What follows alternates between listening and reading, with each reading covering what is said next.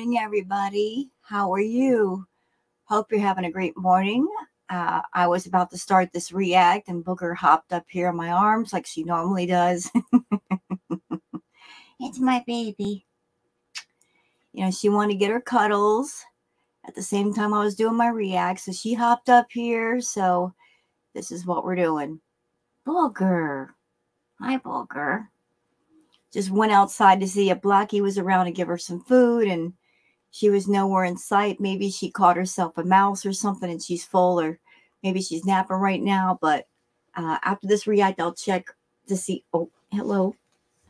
We're doing the baby thing right now, aren't we? So how are you guys doing today?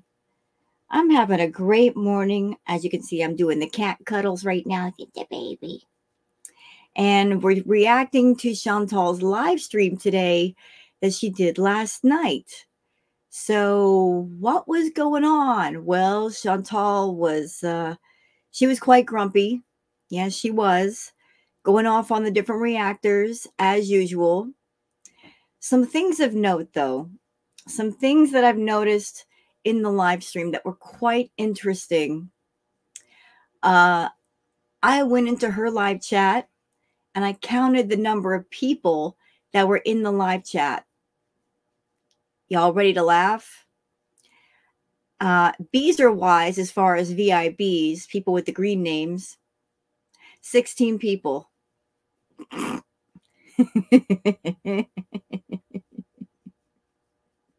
There were 16 people in her chat. Also, something of note, because Chantal does her live chats, I keep a tally on the average number of viewers for her live chat. Normally, she floats anymore between 200 and 300 people. Last night, she had a bit of a suspicious spike. There were like over 400 people. And it wasn't as if Chantal were doing anything particularly interesting. So knowing that Chantal recently bought 1,000 new subscribers, it would not surprise me at all if she decided to buy views as well. I'm not exactly sure of the motivation for that, if that was for her ego or maybe to fool Salah into thinking that more people are watching her. But for someone that really isn't earning much money on her YouTube channel, she decided to be a good idea to buy subscribers and now buy views to make it look like her channel is doing better than it actually is. So, yeah. Yes, Chantal, I'm noticing patterns with you. I've been noticing patterns for years, as others have done as well. And you decided to buy 1,000 new subscribers. And more than likely, even though I don't have any receipts here, it just seems weird that somebody who normally floats between 200 and 300 subscribers, I'm sorry, viewers, suddenly you're all the way up to almost 500. It doesn't quite look right. Also, on that note, I was watching how the numbers kept dropping and rising. That looked really suspicious too. The number wasn't going down slowly and then rising back up slowly. You just kept noticing the number of viewers like going up and down really, really quickly. So again, that looked weird. That looked really weird. It looked like those bought viewers or bought views, they would just stay long enough to get the view and then leave. So suspicious things are abound, y'all. They are abound. Booger, what you looking at over here? Yeah. So I haven't looked at the live chat. I was watching bits and pieces of it to see if I should react to it, see what mood she was in, see if there was anything of interest. It looked like Chantal was basically repeating herself, talking about the same people and the same things. And she's in a mood, so I'm here for the mood. So we're going to go over and I'm going to react to it and give my thoughts, feelings, and opinions. And if she gets boring in some parts, we'll just skip ahead. And if I don't cover it all, that's perfectly fine. We can leave the boring parts out. We'll just get the gist of it, get the meat and potatoes, and go home because I've got things to do today. Like, take care of Booger. Take care of my baby. Take notes, Chantal. Do you see me and my cat over here? Do you see the way I'm holding her? You never hold Julia that way. But Booger's all curled up in my arms. She's comfortable. She's the baby. She loves when I wear hoodies and sweaters, like just her little warm, happy place. Look at that scratchy chin. You got that scratchy chin. Oh, the baby. Yeah, I was up late last night and she basically chased me into bed. She's like, go to bed, Mama. I want to curl up with you. Baby girl, I have to do reacts. I have to react to Chantal. I want to love on you, but I got to react to Foodie. Can I have a minute to do that? Okay, she's doing the love bite thing, so that's her signal to let her down. That's perfect because I got a react to do for all of you. So why don't we just get to that? Yes, loving it. First, we'll get to all of the Twitter stuff. I was busy this morning gathering up all the Twitter bits, and we'll just go into that first before we get into Chantal. All right, so I got cat hair up my nose now. Doggone it, Foodie. Booger. I'm just waking up and I don't know what I'm saying. All right, so for anybody who happens to be on Twitter, who wants to follow me on Twitter, it's Wow Girl Sarah. And no, I am not going to get verified on Twitter. I'm not going to pay the extra stupid money to get verified. So just, Twitter can go get bent about that. All right, so let's start here with Girl World Lurker. Girl World Lurker says, I hadn't even noticed this woman is dumber than a pile of bricks. A chick and a duck says, OMG, she actually did pour oil down the kitchen drain. So Chantal did a live stream where she decided to make some food. It was very, very early in the morning. She was cooking. I watched part of that live stream too. I was trying to decide whether I should react to that or not. But her cooking stream was nothing short of a disaster. She was claiming to make a roux. What I saw her making looked nothing like a roux. She was walking around that very messy kitchen. One thing that I did notice about that stream, she had her kitchen slippers on. Yeah, about that. Something that made me scratch my head. She wasn't wearing the shoes right. She had her foot kind of shoved into the front, but her heels were hanging off the back, rather than have the shoes completely on her feet. It looked painful. I don't understand how anybody can walk with their foot hanging off the edge of the shoe. That has to hurt. But that's the way she was walking. Not really walking in the shoe, more like stepping on it. Also, others around me have noticed that she seems to have a bit of a sore going on near her bottom heel area. She claims it was a blister, but aren't blisters normally on the bottom of your feet? And Chantal's not somebody that she goes outside to do anything to cause a blister. So the thinking is maybe it's an ulcer. Chantal, if you have any kind of foot I need more coffee, excuse me. Doggone it. If you got any kind of foot injury, whether it's a blister or a foot ulcer, this is concerning. You are a diabetic, and any kind of wound on your body can turn disastrous real quick. Open up to infection, you being a diabetic, any kind of wound is slow to heal. And we know how you are with your hygiene. Like, you can't really see your feet. This can get ugly real quick. But yeah, so she was walking around her doggone kitchen. And then on top of it all, she's going to pour the oil down the sink. Where was her mother growing up? Shmi, come get your daughter and teach her simple kitchen etiquette. Ma'am, you do not pour oil down the sink. Not unless you want to clog up your drain and you cannot put water down it any further. If you want to deliberately screw up your sink, you pour oil and grease down the pipes. Did nobody teach you anything, Smeet? What happened that you're not teaching your daughter these things? I was taught that growing up, like, don't pour the oil down the sink. Never, never, never, never do that. But she's doing that. Oh, you poor stupid thing. All right. Mo translates says Salah is visibly annoying Chantal. He is being annoying AF on his keyboard. So this week she was annoyed with him because of the Kuwaiti heat and making her walk. He's playing Crazy Frog on repeat on his keyboard. And now their next live stream will be at the gym. She 100% hates him.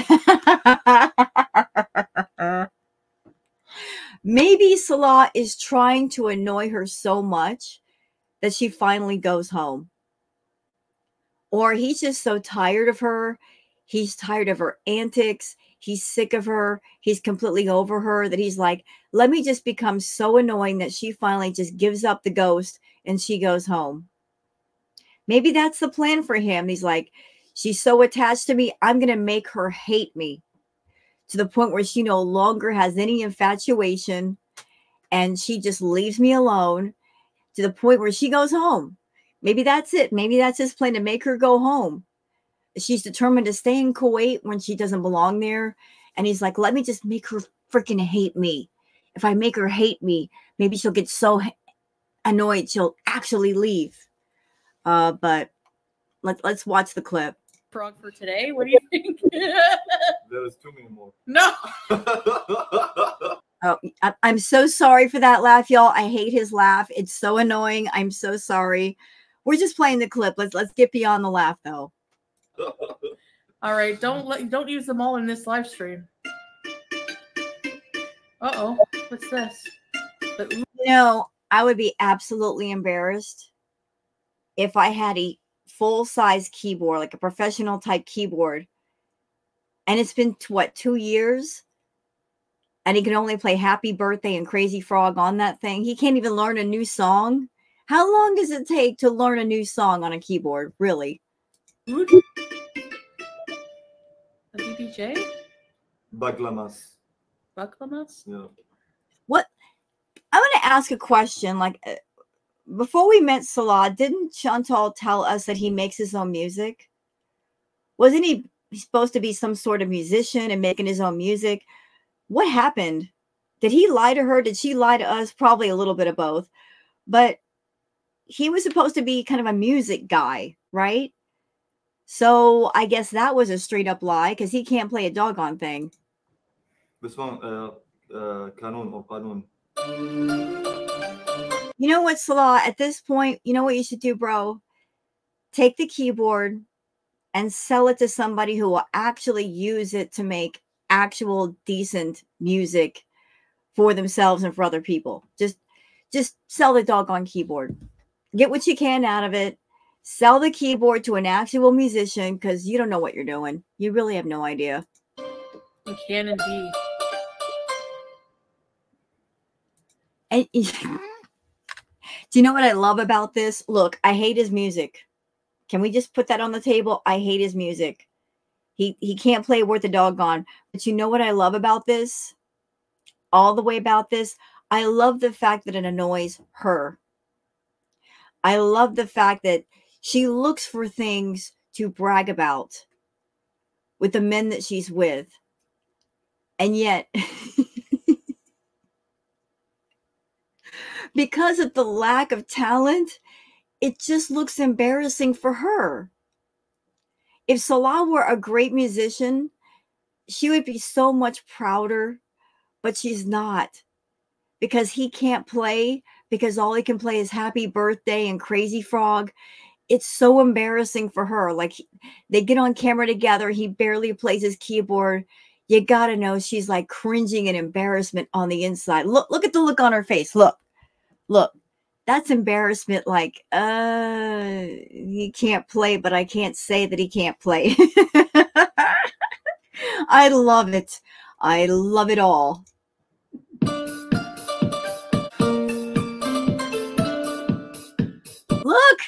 Look, that's the laugh of embarrassment. Of I'm trying to brag about my man, but I can't. I absolutely can't because there's no talent here. I'm living for her inner embarrassment. Aren't you guys? I'm absolutely living for this.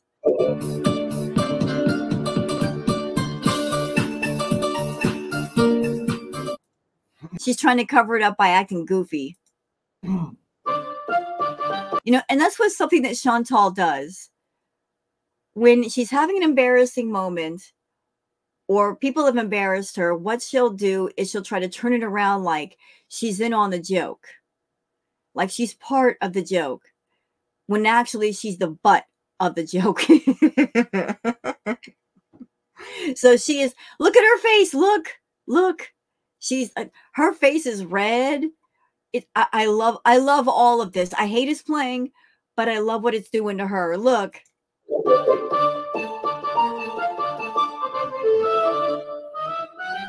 Maybe he's deliberately playing like that just to embarrass her. Let's consider that thought. She's dying right now. I love this clip, Mo, for so many reasons. Okay, guys, it's like I've been on for like 1,000,000 hours. She was. Yeah. Oh, that was so telling.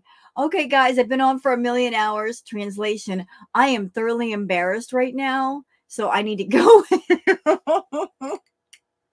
I need to go. I need to get out of here. I need to go smoke some shisha. I need to go smoke my vape. I am so embarrassed. Ooh, I love this. I love it. And he's not, he's not taking the hint. He's going to play some more. Look at the, look at that face. Everybody look at the, look at that face. Oh, I'm living for that face. I'm living for that face. Y'all, let's take a moment and laugh this morning. Look at that face. Does that face look like the face of a woman who's proud of her man? Or does that look like the face of regret and remorse? Is that not the face of regret and remorse? Like, I flew all the way to Kuwait and I spent over $9,000 for this? Yep, you sure did that. You did that thing. You went there. You did all of that, Chantal. This is what you paid for. This is what you wished for. You should have gotten that sax doll, Oliver. Remember that? Remember when you talked about getting the sax doll? You're going to pay, what, $6,000 for it? You should have went for the sax doll. You would have been able to keep the doll, and it wouldn't have been embarrassed you, and it would have been there for you whenever you wanted it to be, instead of running off to the red room. But no, you wanted an actual person. And the actual person is embarrassing you right now. But I'm living for this face. I'm living for it. You know what? I love that face so much. While we're here, I'm going to take a little screenshot of that face. And that's going to become my thumbnail. Yes, it is. I love that face. Look at that, that face. All right. All right. I'm done. Y'all, we're getting a laugh this morning. Look at it. We're getting a laugh this Sunday morning. Come on, bring it. I love her embarrassment.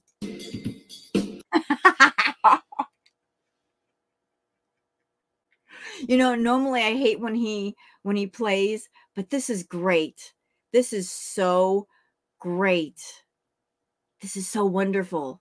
I'm waking up good this morning.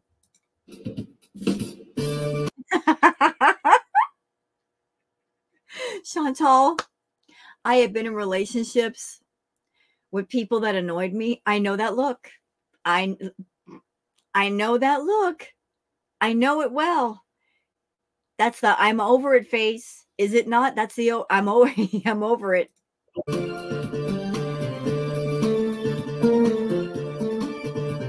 trying to play it off, but it ain't working.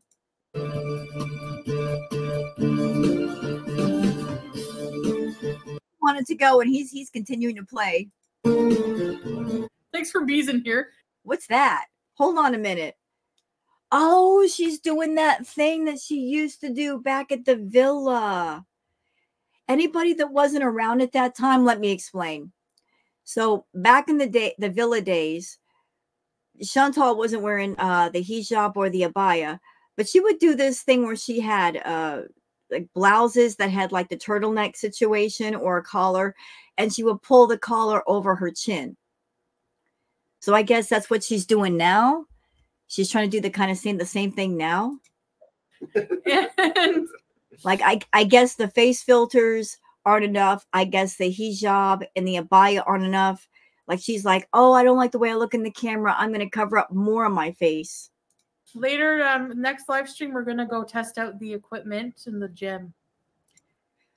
Ooh, I can't wait for that.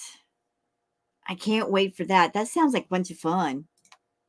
That sounds like fun. All right, let's keep going, but that was a fun clip. Thank you, Mo. Like a two-tailed caper says on another note, I'm guessing this gray slip dress is serving as her new apron since the previous one wouldn't tie around her waist. Yeah, she had this gray slip dress thing that looks like something you'd wear to art class. The apron that she wore previously could not secure around her waist.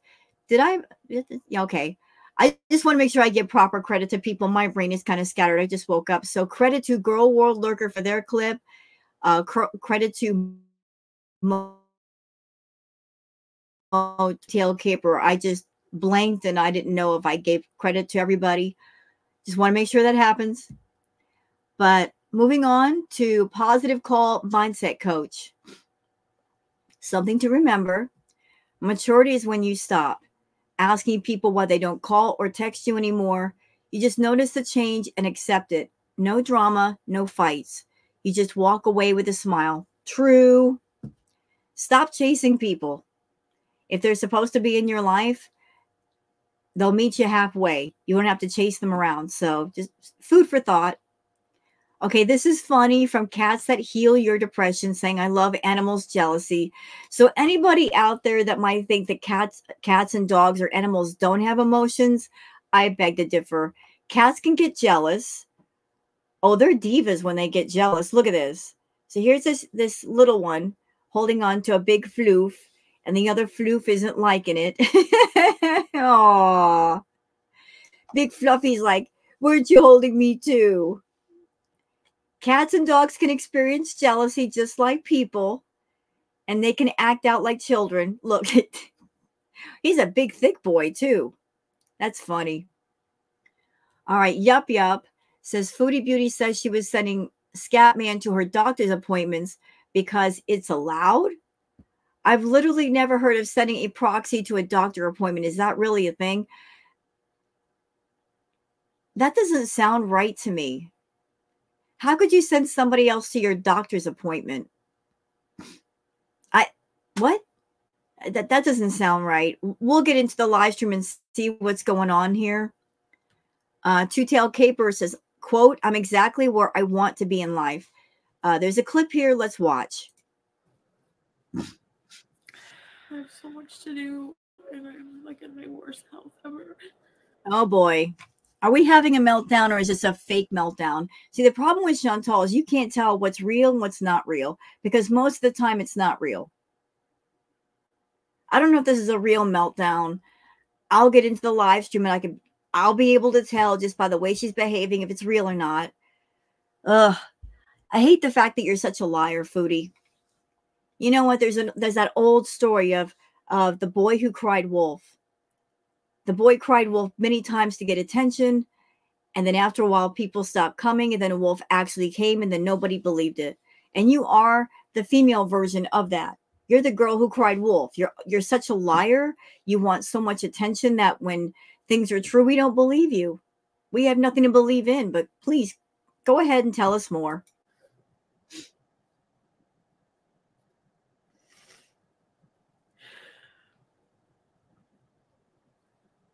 So But I'm definitely going home. That's where I want to be. What? So, I need to be home.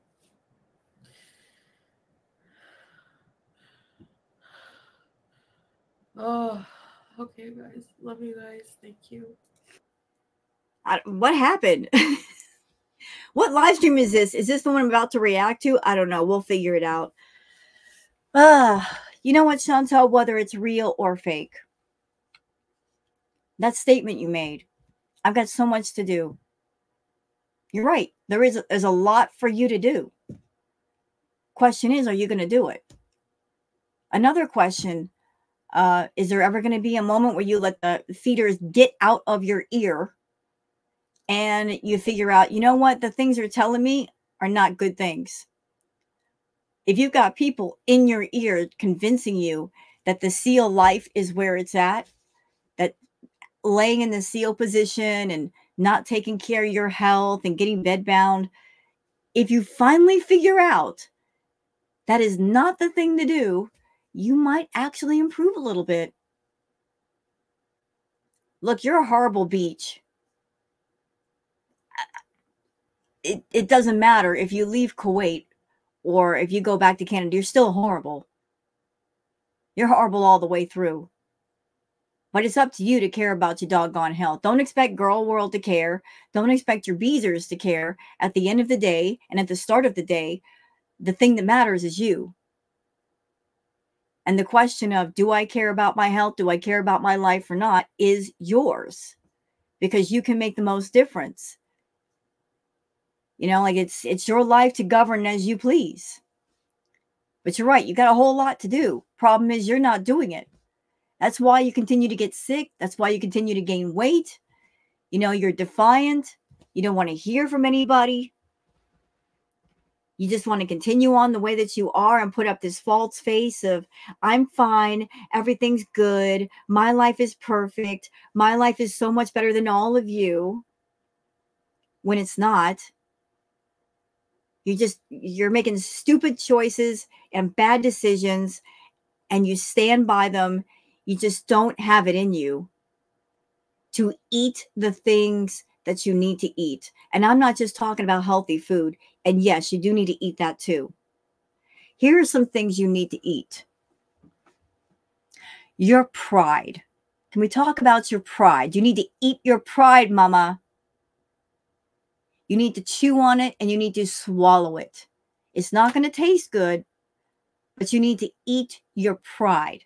Here's another thing you need to put on your plate and cut up and swallow. Your ego. Eat your ego. Another thing you need to cook up and serve yourself. That false face of happy. Cook it up and eat it. Chew up all those things. Eat them. Digest them. Come back down to earth. Admit your mistakes. If you can admit them, you can fix them. But if you keep hiding, you keep running, you keep escaping, ain't nothing going to change. And you're going to continue to get sicker and sicker and sicker, and you're going to get bedbound. And if you think that Salah's going to take care of you, you have got another thing coming. All right, so this is from Psych Wizard saying, be a paradox, get jacked, read books, practice meditation, be a savage in business, be relaxed in life, walk like a champion, work like an underdog. The world opens up when you stop letting societal norms force you into a box.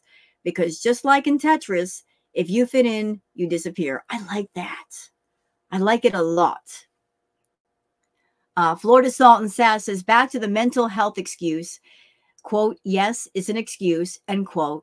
It's not when you refuse treatment and therapy. It's also not an excuse when you had the energy to drive 4 hours round trip multiple times to chase a math head, blank on his girlfriend, and get julep, right? Shenanigans says, lean in, Chantal. Just because someone does something that might be considered problematic doesn't mean you are automatically absolved from your own wrongdoings. You have no right to expect others to be accountable for their flaws while you refuse to be accountable for yours. Yep, take responsibility for it. Don't do the whataboutisms, the straw man arguments, look over here, don't look over there, which is something you constantly do. Just stand still and admit that you're wrong. Admit you've made a mistake, that this whole thing with Kuwait was stupid, that it was a rebound situation. It was a get back at Nader, because that's exactly what it was. We see through you. We see what it is. You know we see it. You just don't want to admit it.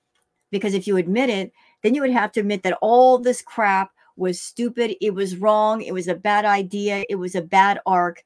And you would have to change. And we know how you feel about change. Change scares you. You're like, if I change things, what next? I would be more afraid of not changing things and what could happen if I didn't change rather than changing something up. Truth Seeker says you constantly use the same insults to attack the same channels daily.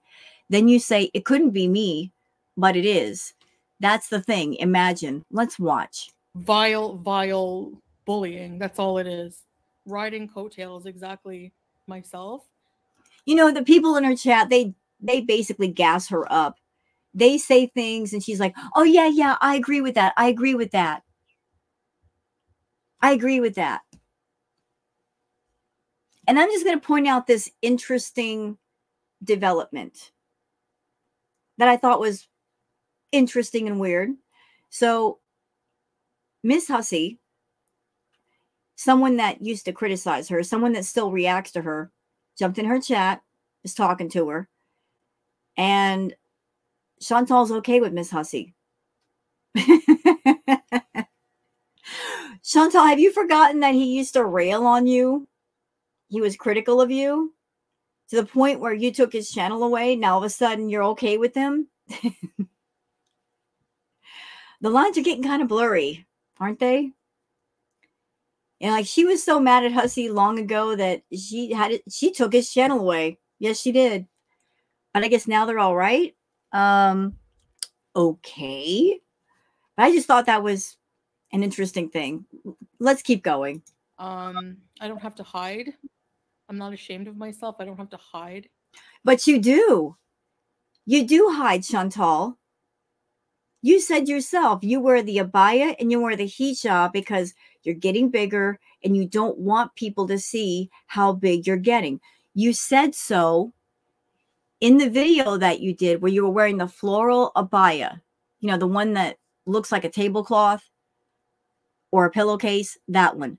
So you said yourself you're comfortable in the abaya because it hides more of your body. You confess that yourself. So you're always looking for things to disguise your body shape, your body size. You put on the abaya, you put on the hijab, you use the face filters. You've actually got the headpiece all the way down to your eyebrows. I've seen other ladies in the Middle East, when they wear their hijab, it's right past the hairline. It starts here, not all the way down here. But it's getting to the point where nothing you're doing is disguising your weight gain. But you're always hiding yourself. Many months ago. She legit lied to everybody and made up an entire man. You're making up one now.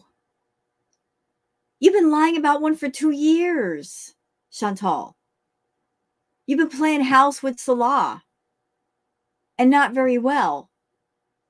You're making up an entire relationship that ain't there for what? So you could run to Kuwait to get away from your back taxes? You're running from the tax man so they don't garnish your wages? You ran to Kuwait because you put yourself in a corner where you can't even get a studio or a 1-bedroom back in your home country? When all you had to do was just stay there and fix your mess. It would have been simple. As long as you were paying the tax man something, they would have stayed off your back. You want to pursue this fantasy life. Well, is it a fantasy life? Are you having a good time? Because I don't think you are. You're talking about somebody else's relationships at the same time that she's living a fake one. Like, you would see some evidence of him. If she had Oh, she's bothered. Chantal is so bothered. She's so bothered. She's bothered because FFG won't come on camera. She's bothered because FFG won't show her man on camera. She doesn't have to. Not everybody is like you, Foodie. We can be YouTubers and not bring all of our life on camera. We can choose to keep parts of our life private to give some privacy. You're just a big, stupid fool that you're so lacking in content. You have to bring everything on camera to have something to talk about because you don't want to do anything else. You just want FFG to turn on the camera and bring her man on camera so you can have something to criticize. That's all it is. It's not about wanting proof of somebody's relationship, which, by the way, somebody else's relationship is none of your business. But you're just looking for things to be insulting to. And I understand Frenchie's reasoning for not turning on the camera. When you do a live stream or you do a video and having your face on camera, it can be a bit distracting. You know, she's doing what she needs to do to be comfortable. And she's comfortable with who she is. No matter what weight she is, no matter how she looks, she's comfortable. She's comfortable in her own skin. But there might be a chance, Chantal, that she might be trolling you. She might be doing the spite diet, and she might come on camera later and blow your mind. If that happens, Chantal will lose her mind. So, like, whether Frenchie decides to be comfortable in her own skin and just do her thing, or she might have something in the works and doing the spite diet, it's making Chantal mad. Had a man, she would be bragging about it. Holy vile. You know, Chantal, you know what I love? I love the fact that you're so unhealthy, Mama. You can't even rage right. I remember back in the day, you gave us some wonderful, delicious rages. But you're so sick anymore that you have to lay down. You can't even rage right. You run out of breath. You can't rage right. You're laying down and raging. Do you know how ridiculous that looks? I'm just saying. Okay, next up is Yup Yup saying, Foodie Beauty said, I don't care if I'm 1,000 pounds. As fat as I am, I don't care.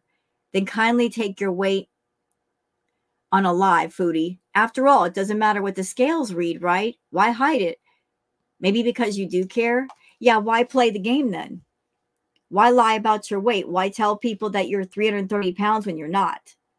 You're actually in the 500s, and I know you are, and I will die on that hill. Before I do, though, I will roast s'mores and hot dogs and put up a campfire. You know you're in the 500s, Foodie, and I know it too. And I know this because back when you were with BB, you were almost 400 pounds. Your last true weigh-in was 377 pounds. You put on almost 200 pounds since then. So prove me wrong.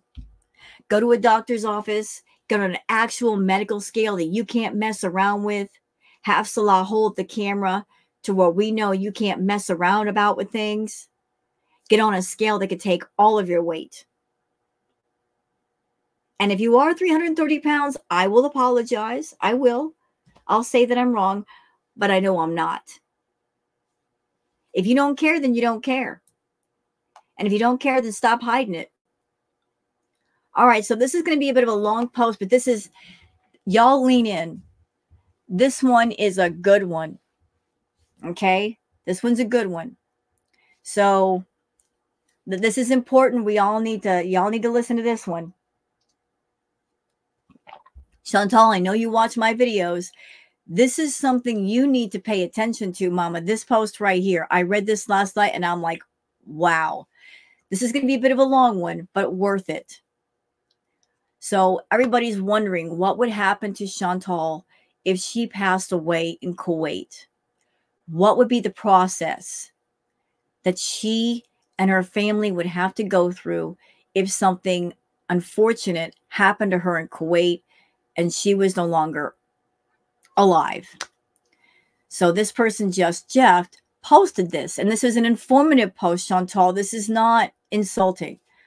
Just Jeff says, I was bored and really wondering what the steps were if Chantal were to DIE in Kuwait. I knew it was probably a process, but didn't realize how much her family would have to go through to take care of it all. Hope you find this interesting. So let's read. All right, so I'm going to have to blow this up so you guys can read it.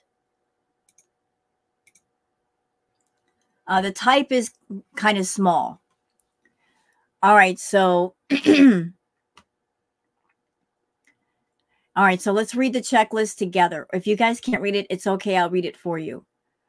I am writing this funeral planning checklist with some assumptions in mind. 1, Chantal has passed away in Kuwait. 2, Salah has Chantal's emergency contact information and does alert the appropriate people of her passing. 3, that Chantal and Salah are not legally married. 4, that Salah will not help in any way with the funeral planning or assisting the family in any way in regards to contacting the proper authorities, translation of any rules, or seeing that the body is sent to a proper storage facility. 5, I make this assumption about Salah not being involved in the funeral process because in order for him to be able to obtain any of her information, a legalized marriage certificate must be presented to both the Kuwait and Canadian officials. With this in mind, I found an interesting way to pass the time to see what Chantal's family will have to do in order to properly take care of her passing. It is a lot more involved than I had thought.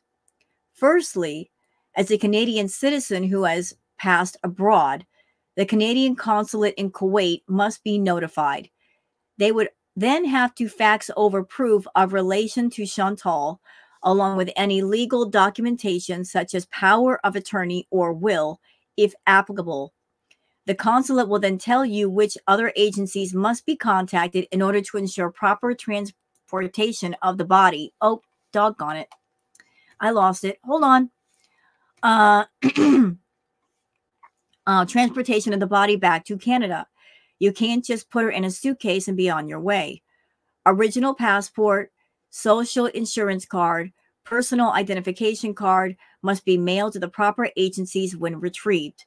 I would highly recommend finding these as to prevent anyone using her information for illegal purposes after her passing. If there isn't any insurance provider, they must be notified of Chantal's passing under certain policies. Allowances can be made to assist in preparation of return of remains to Canada or burial in Kuwait. Expenses may also be covered if a family representative needs to travel in order to identify the body before release. So this is a pretty big step and should be taken care of immediately to avoid delays or complications with the process. Any benefits that Chantal has been receiving must be canceled at the time of her death, both local and federal. Not doing so may result in substantial fines. In the case of Chantal, the Canadian government may also garnish any insurance policies to pay off taxes owed. Oof! And she does owe back taxes. Okay, let's keep going. You must then contact a funeral home in Kuwait that is experienced with international funeral arrangements. The funeral home will act as a mediator between themselves and a funeral home in Canada for you. The funeral home will alert you of travel advisories for deceased remains. This is why the funeral home experienced in international funerals is essential at this point. There are two options: a quick funeral in Kuwait or transportation of Chantal's body in a refrigerated unit back to Canada. Embalming and cremation are haram and illegal in Kuwait and thus not available as an option. Thus, if Chantal's family wishes to have her remains transported back to Canada, even with refrigeration, they should expect significant deterioration of her body. Cost for shipment of remains starts at approximately 1,200 Kuwaiti dinar or 4,000 USD. The more cost-effective and significantly less painful experience for her family would be to allow for a burial in Kuwait. This option must be decided on quickly, as practice in Kuwait calls for the burial of a body within 24 hours of death. At an additional cost, Chantal's family could contact a third funeral home to take possession of her remains to perform an embalming before being sent to Canada. But this will be costly, and if not done swiftly, will ultimately be meaningless in keeping her in presentable condition. Documentation of death must be provided to the Canadian government. The funeral home chosen must register the death with the Kuwait government before providing a copy to the family to make sure that to obtain multiple copies as different agencies may require it. If the death certificate is not in either English or French, it must be translated and authenticated by the Kuwait Foreign Ministry. It may, in some instances, be authenticated by the Canadian consulate. In Chantal's case, as a Canadian citizen living in Kuwait, an autopsy will probably be required. Toxicology and health screenings confirming that she did not carry any communicable diseases, they'll be sent to the Kuwaiti Minister of Health. To be transported internationally, the deceased representatives must present to airlines certain documentation that may include Chantal's canceled passport, letter of funeral service, registration of death, permit to transfer remains, letter of clearance from the Ministry of Health. The Kuwait Funeral Home is responsible for providing this documentation to the airline once acquired. Additional charges may apply. Chantal's family must check the Canadian Border Service Agency's rules on importation and exportation of human remains for any additional requirements for her body to enter Canada. The date of a funeral service in Canada can only be made after her remains have arrived and cleared customs in Canada, as many factors could delay the return of the body. In the end, the cost of repatriating Chantal's remains back to Canada could be very expensive, and depending on the circumstances of how she died, it may take a long time. In many cases, the funeral home in Kuwait will require a guaranteed payment in advance of services, and without a contact in the country, it is left up to hope and chance that everything works out. The cost of interpretation and translation services is often never included in any estimation, and all costs related to her death will be the responsibility of her next of kin, estate, or in the off chance she actually married Salah. The Canadian government will never assume any responsibility to repatriate a dead citizen back to Canada. In my opinion, Chantal is being irresponsible with her lifestyle, is not for herself, but for the burden she will become if she dies in Kuwait because of her health. I would recommend to her family that they allow her to be buried in Kuwait and have a suitable memorial service for her friends and family at home without her remains. Hope you find this information enlightening. Actually, it was very enlightening. Very enlightening. I mean, that's a lot. That is definitely a lot. Wow. You know, like that it's a process. It's definitely a process. So there you go, y'all. Like, if something happens to Chantal in Kuwait, it's going to be a mess. It's going to be a huge mess. Okay, let's move on. From Florida Salt and Sass says, this will be the third residence the domestic goddess has destroyed in some form. She caused a massive roach infestation in the first, puked into the heating vents, and gouged the floors in the second, and now there's this. So the massive roach infestation that happened with Bibi, and the other two were at the villa that she had with Pete. So she destroys everywhere she goes. Okay, so Truth Seeker says the views aren't viewing for 103K. Is she buying them again? Yep, she sure is. I was watching. It looked very sus to me. Aw, why you should have cats. The cat who loves bottle caps. I love this because, look, I have Booger. Booger loves bottle caps, but her favorite things are hair ties. She loves hair ties. She likes to lay on the floor and play with them and stretch them out with her feet. That's her favorite thing. I could buy her cat toys. She don't care about regular cat toys. She likes hair ties. She thinks they're so much fun. And bottle caps, she loves those too. Experienced cat owners, we know better than to go out and buy expensive cat toys because they'll never play with them. What they'll play with is something already around your house that's there for free. That's just how it works. You own a cat long enough, you'll figure it out. Like, they don't want any kind of cat container. You bring home an empty cardboard box. Oh, they'll love that all day long. They adore it. Okay, this is from Introvert Problem saying this is so true. If you hurt an introvert, they don't revenge. They just slowly drift away. Seen text, unanswered calls, drop plans. They don't want to conflict, no stress, no headaches. They just want peace. And they absolutely have no intention of hurting you. They just disappear quietly. Yep, I can back that up. That's true. Psych Wizard says, maybe the journey isn't about becoming anything. Maybe it's about unbecoming everything that isn't really you, so that you can be who you were meant to be in the first place. I love that. It's so good. Miss Anthropope Lulu says, Foodie thought she was being stealth, sneaking off that big old bottle of sugar juice out of the fridge to go drink off camera. She even muted so no one could hear her guzzling it. Hey, it's her body. It's her diabetes. Like, you want to sneak off to go drink some juice, Chantal? Go have and drink some juice. Look at this, y'all. Oh, things to do. Could you sleep here? I absolutely could. And I'm loving that. Is that a couch or a bed? Maybe it's a little bit of both. I could. I absolutely could. That looks comfortable. I could do it. Okay, we're all caught up. All right, so we're done. But that was a very informative post about Chantal. Like, if something happens to you in Kuwait, the process that your family is going to have to go through to get you back, if something happens to you over there, so you might want to think about all of that. You really might want to think about that. If not for you, for your family. You might want to go home right about now. You know what I'm saying? So let's get on to her live. And she gets grumpy early. She starts the grumpy early. So here she is. Here's the lady of the hour. There's Chantal. Let's go.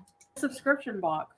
Oh, and by the way, before we get into it, y'all look at the views.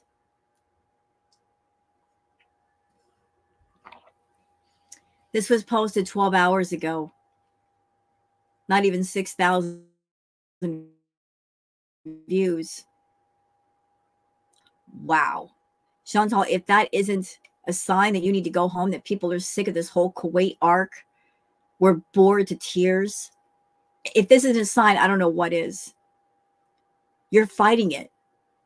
You're fighting the truth. The truth is people are so bored of this crap. And there's a whole lot of drama going on in girl world. Everybody is more interesting than you. There's stuff going on all over the place. Your supposed friend, Amberlynn Reed, she turned it up a couple of notches. She's getting more attention than you. And all the cast of characters that are around her, they're a bit more interesting than you. Heck, even King Cobra and Naked and Laughing is more interesting than you. Is that something you want? Are you ready to pass the crown to somebody else? Are you giving it up? Are you saying I quit? Are you sitting down the bleachers? Because that's what it feels like. And here's the thing. You need the money. This is how you make money. So if you give up your YouTube channel and you completely say, I quit, do you have a backup plan for making money? Because I don't think you do. I don't think it's wise to give up something if that's your only source of income and you don't have a plan B. But you just got this I quit, I give up attitude, and it shows. And there's so much going on that is not you. And because of that so much going on, people are saying, Chantal, Literally, that's the feeling. Chantal, Even the reactors are saying it. Chantal, I'll wait. When it used to be, oh, Chantal's on, we got to react right now. Now anymore, the attitude is, oh, she's on. Oh, I'll wait a while and see if it's good. See if it's worth reacting to. That's how we feel. It's like, it's probably boring. I'll wait to see if it's interesting, and then I'll make a decision. When there used to be a sense of urgency there. There's no urgency there. You're not doing anything. You're not going anywhere. We're bored. The audience is bored. And look, the views should tell you how done people are with this crap. But go ahead and drive your channel into the ground. It's your right. It's your life. Go ahead. But go ahead and talk. There's probably nothing worth listening to, but go ahead. For Murph. Maybe if I ever move back to the West. If you're going to have to at some point, you can't stay there forever. You can't escape there forever. You got to go back, Chantal. And the longer you wait, the more difficult it's going to be. The more your money goes down, the harder it's going to be. And if you're counting on your family to save you, to let you just move in, if you think you're going to show up there all tears, I don't know where else to go. I don't know what to do. Do you think they're going to take you in for real? They're going to have any kind of pity on you? No, you burn that bridge. They're not going to take you in full time and deal with your nonsense. They're not going to let you stay there and stream all day, eat up all their food, mess up their house, cause a roach infestation. You're intolerable. Wherever you go, there's destruction. There's chaos. Nobody and no one needs that. No one. With the law, of course, or something. The point of memberships for now is mostly just to support my channel. And the point of memberships is basically to support me. That's how she's looking at it. The memberships are all about me. You giving me extra money for no random reason. Just a way for me to get extra money out of all of you, even though I'm not offering anything of value. I'm not doing members only content. I'm not being interesting. I'm not giving the motivation for you guys to spend your money. I'm still going to ask you to spend extra money. Nice, Chantal, nice. You know, when it comes to the universe, it's all about give and take. If you want something, you should be willing to give something back. That way there's a balance. When you take and you take and you take and you never give back at all anywhere, there's an imbalance. And then soon the universe stops giving to you.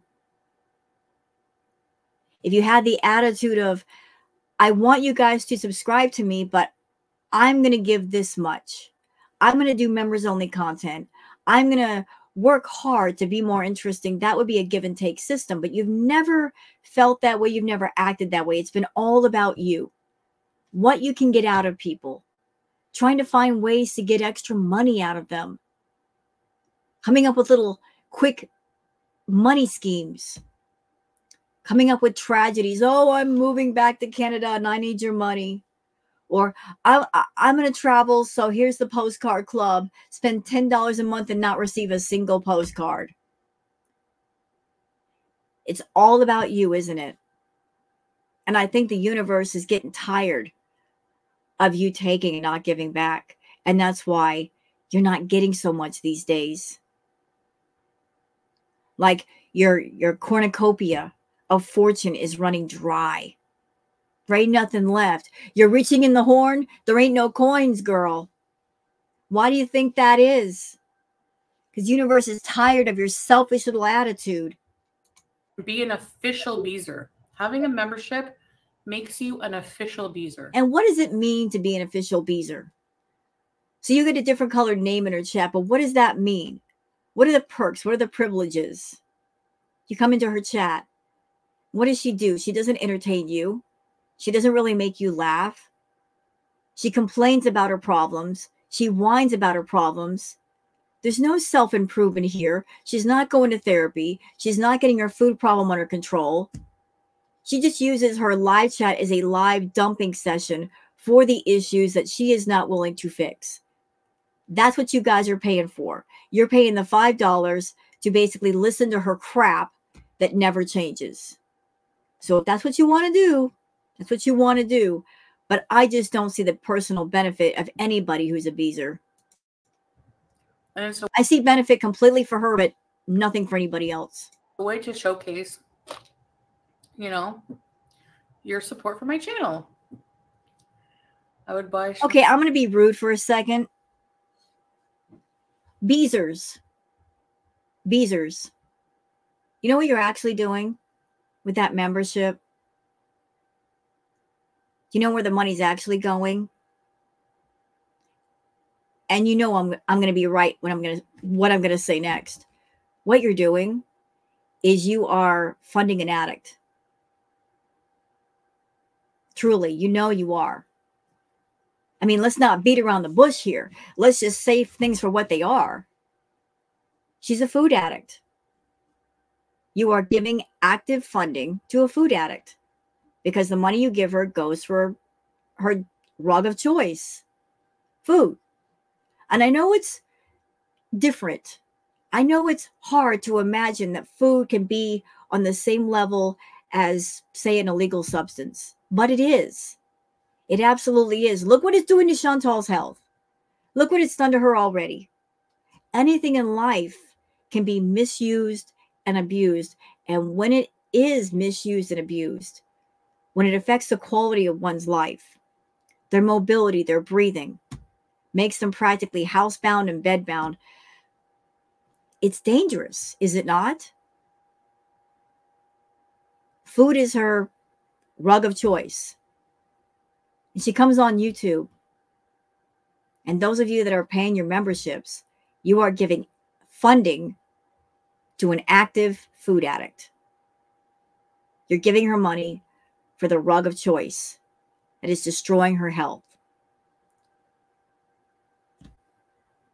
You're keeping the addiction going. At the end of the day, it's her addiction to deal with or not deal with. It's hers, right? But she would not be able to continue this addiction if she didn't have the active funding. Do you understand that? Like it's a chain. It's her problem. She needs to deal with it.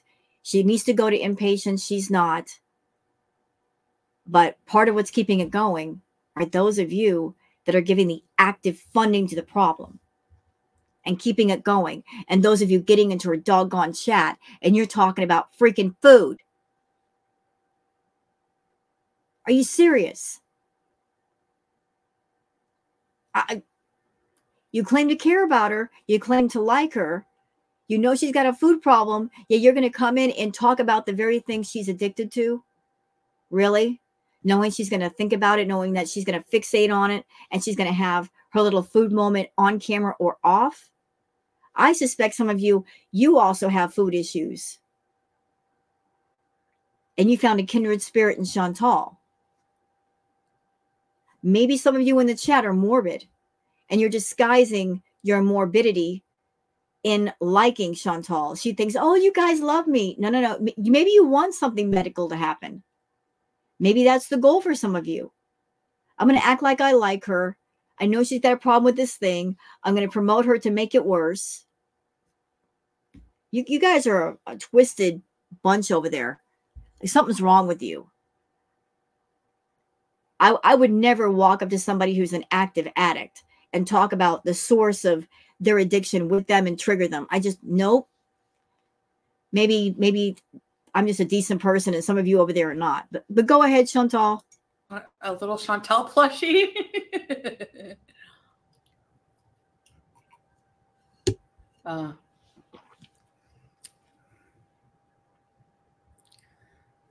Yeah, I remember having COVID and it was pretty bad. She never had it. I felt like She didn't have it. That's another lie. She never had the vid. Never. Nope. She lied about it though. She never had it. Nope. She acted like she did. She was going over to see Natter and she was partying with him. And the times that she seemed sick, it wasn't sick. It was just that she did too much of the nose powder and that messed up her throat. She never had the vid. I've had it. Worst experience of my life. Oh, nope, don't want it again. 6 to 8 weeks when I felt like crap. And it kept coming in waves. You know, just when you start to feel better, it comes back. It was, I wouldn't wish it on anybody. Let's put it that way. She never had it. As sick as she is, as big as she is, if she had it, she would have been in the hospital. She never had it. It wasn't as bad as because I was vaccinated. So are you vaccinated? Ma'am, just because you're vaccinated doesn't mean it's not going to hit you like a freight train. She never had it. She never had it. I'm telling you, she never had it. Because if she did have it, she would have been in bed drained, unable to do anything. Like you just, it sucks all the life out of you. You don't want to eat. You just want to sleep. Your body is just going through it. A hijab with beauty on it.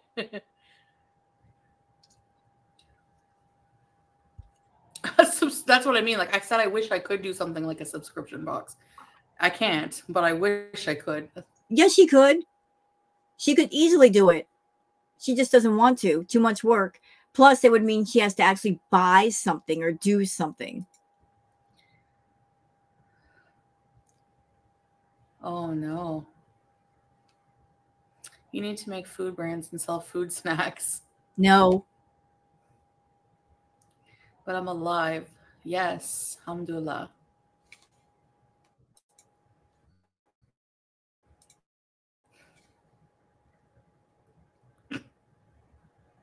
I'm not even gonna acknowledge that. BBJ. Fruity Beauty bobbleheads. Hey, Misguided Angel, thank you. Why don't you try to link up with locals who do YouTube or live streams? I don't know any, Sam. Oh, you mean from... Yeah, I know what you mean. I don't know. I feel like they probably wouldn't want to. So Better Than NJU says, make a members only chat one day. Make the haters pay to chat.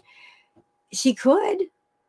She could do special things for her VIBs. I don't know how many she has anymore. But she could do that better. She could. But she won't. You want to know why? A, because it's extra effort. B, because she wants the reactors to react to what she's doing. C, if she did a members only chat, not many people would show up. I was watching her chat last night and I pulled up the participants of the chat. She had 16 VIBs in her chat. That's it, 16. So she wants the most attention anymore. She's so lacking in VIB. She has to open up the chat to get more people in, to make it look like her channel is busier than what it is. Ruin their reputation. Okay, cheers. We have some tea. This is just cardamom tea.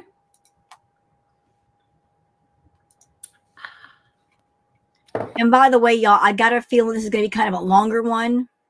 For those of you that like the longer reacts, I got a feeling this is going to be kind of a longer react. So just letting you know. And for those of you that don't like the longer reacts, I get it. We got things to do. You know, if you want to watch it later or just watch whatever you want, you feel free. I get it. Like it's Sunday. You know, you got things to do on Sunday. But I'm just letting you know. This might be a bit of a longer react. I just got that feeling already. And breakfast is on the way. Breakfast is on the way versus why don't you get your big butt up and make breakfast? How long does it take to fry up a couple of eggs and make some toast? But no, big lazy over here. Can't be bothered. Let's order breakfast versus make some breakfast. It takes all of 5 minutes to scramble some eggs and fry up some toast. She don't want to do it. She's so stupid.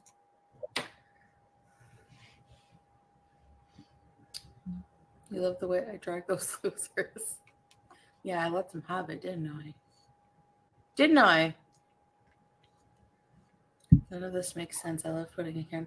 Oh, yeah, I want to address one thing, actually. Oh, here we go. Speaking of trauma. I love whenever, you know how I called people out for like, you know, their mom passing away. What? And they instantly, like, not too long after, for one reactor was the same. Oh, is she talking about FFG? Chantal, you need to stay away from that. You really just stop right there. Talking about FFG's mom like that is so disrespectful, okay? Don't go there. A child losing their parent is painful. Anybody, anywhere. There could be somebody near me that could be my worst enemy. And if I hear that their mom or their dad has passed away or their relative, I would still feel a sense of empathy and offer my condolences because I know how much that hurts. And that's the humanity in me. But Frenchie loved her mom. Can we talk about you for a minute? When your grandmother passed away, where were you for your mother? You weren't at the house with your mom saying, hey, Mom, I'm here. Let me hug you. Let me cook you a meal. Let me clean the house for you. Let me just be here for you. You can cry on my shoulder if you want. Like, do you need anything? Do you need me to go run some errands for you? I know that you're having trouble thinking right now. You weren't there for your mom. Where were you? Where were you? You were with Natter. You couldn't leave him alone for a second. You were afraid that he would cheat on you or be with another woman. God forbid. You took off to be with Natter rather than be there for your own mother. And the night of your grandmother's passing, what were you doing? You were high, talking about OnlyFans, you disgusting twat waffle. That's where your mind was at. So given your behavior with how you acted with your mom, do you really have anything to say about Frenchie? No, you don't. Day for when it wasn't too long after. Came online to make themselves feel better by trashing on me and continuing their stream. And they like to turn around and say, well, you came online the same day your grandma passed away. Yep, you sure did. Yeah, I don't know if it was the same day. If it was, I spent a lot of time with her on her bedside. It doesn't matter. It doesn't matter. Funerals are a big deal. You know, saying that final goodbye, it's a big deal. And if I came live after, it was to talk to my Beezers. It was. Shut up. You came online, we're talking about OnlyFans. Shut up. To trash on somebody. That's the difference, all right? Oh, don't take the pinky and put it down. Take your little big pinky and put it down. You're not making a point with the pinky. Put it down. I hope you get that through your thick skull. The difference, okay, is I don't go online to make myself feel better. You know what, Chantal? Everybody processes grief and sadness differently. Everybody has their own different coping mechanisms and coping skills. How one person processes sadness and grief or depression may be different than the person that's standing next to them. Some people push through the negative emotions. Some people sit still and process it that way. You can't judge another person by how they process their grief or their sadness. We all got our own different coping skills and coping mechanisms. Like trashing and bringing someone else down. That's what FF Ghoul does, and that's what that other stripper reactor did. Not me. I came. Who is she talking about? Stripper reactor. Who is she talking about? I'm online. Oh, Kaya. Got it. To talk and hang with my Beezers for support. And by the way, biatch, hold on a minute. Let's put full brakes. Are you actually putting down people that are strippers? I got issue with that. How dare you? Miss, I want to buy a stripper pole and put it in my room. Don't hate the hustle. Jealous. Whatever. Okay.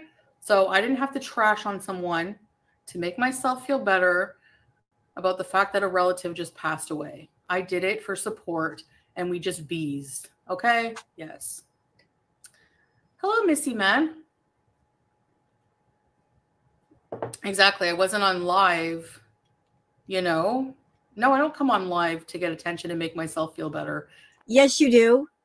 You come online to make yourself feel better and get attention because you're over there in Kuwait. You've got no one else to talk to, nobody that wants to talk to you, even though you've been there for 2 years and you should have a social circle of some sort by now. You come online to make money getting attention. This is your social life, Chantal. You don't have any other friends off of YouTube. You don't have friends on YouTube, period. You just have your Beezers that don't even know you, and you might have some channel associations with certain people, that you might talk to, but that's about it. That's your social circle. That's not healthy at all. I actually come on live to hang out with you guys. And you're not hanging out, though. You're making money off people. This is not a free hangout. This is not, I'm doing this because it makes me feel better. This is, I'm coming online to make money talking. This isn't a true hangout. When you hang out with somebody, you're doing it because you want to, and you're doing it for free. This isn't a hangout. This is a, I'm just talking, and I know that Google AdSense will put the ads on, and I can make money with this boring conversation. I get so many messages from people. You make my day better. Are you going to go live today? I miss your content. I do that for that reason, actually. No, you're doing it for money. You know what? Prove me wrong. Do a stream. Turn off the monetization, because you can do that, Chantal. I'm a YouTube content creator too, girl. When I do a live stream, I got to go through all the settings. Ladies and gentlemen, it is possible that even if you're a monetized channel, you can turn off the monetization. Yes, you can. Yes, you can. You can turn it off. I mean, Frenchie does it. She turns off the monetization because, you know, she curses and she knows that YouTube has a problem with that. She could easily turn off the monetization, but she won't. She wants full monetization. And if she has a stream that gets age restricted, she'll delete it. That's how much the money means to her. It's not about the hangout. It's about the coin. To be quite honest. Because sometimes I get anxiety and I don't even feel like going live, and I still do it, you know? Then that's you putting the money over your mental and emotional health, and that's on you. That's how little that you care for yourself. You could have that moment where you say, I don't feel good. I'm going to stay offline today. That would be a wise decision. That would show growth and maturity, but you're immature. You're always thinking about the doggone money. Stupid. Like, I don't need validation from the internet to feel better about myself whatsoever. Oh, yes, you do. I miss Helleth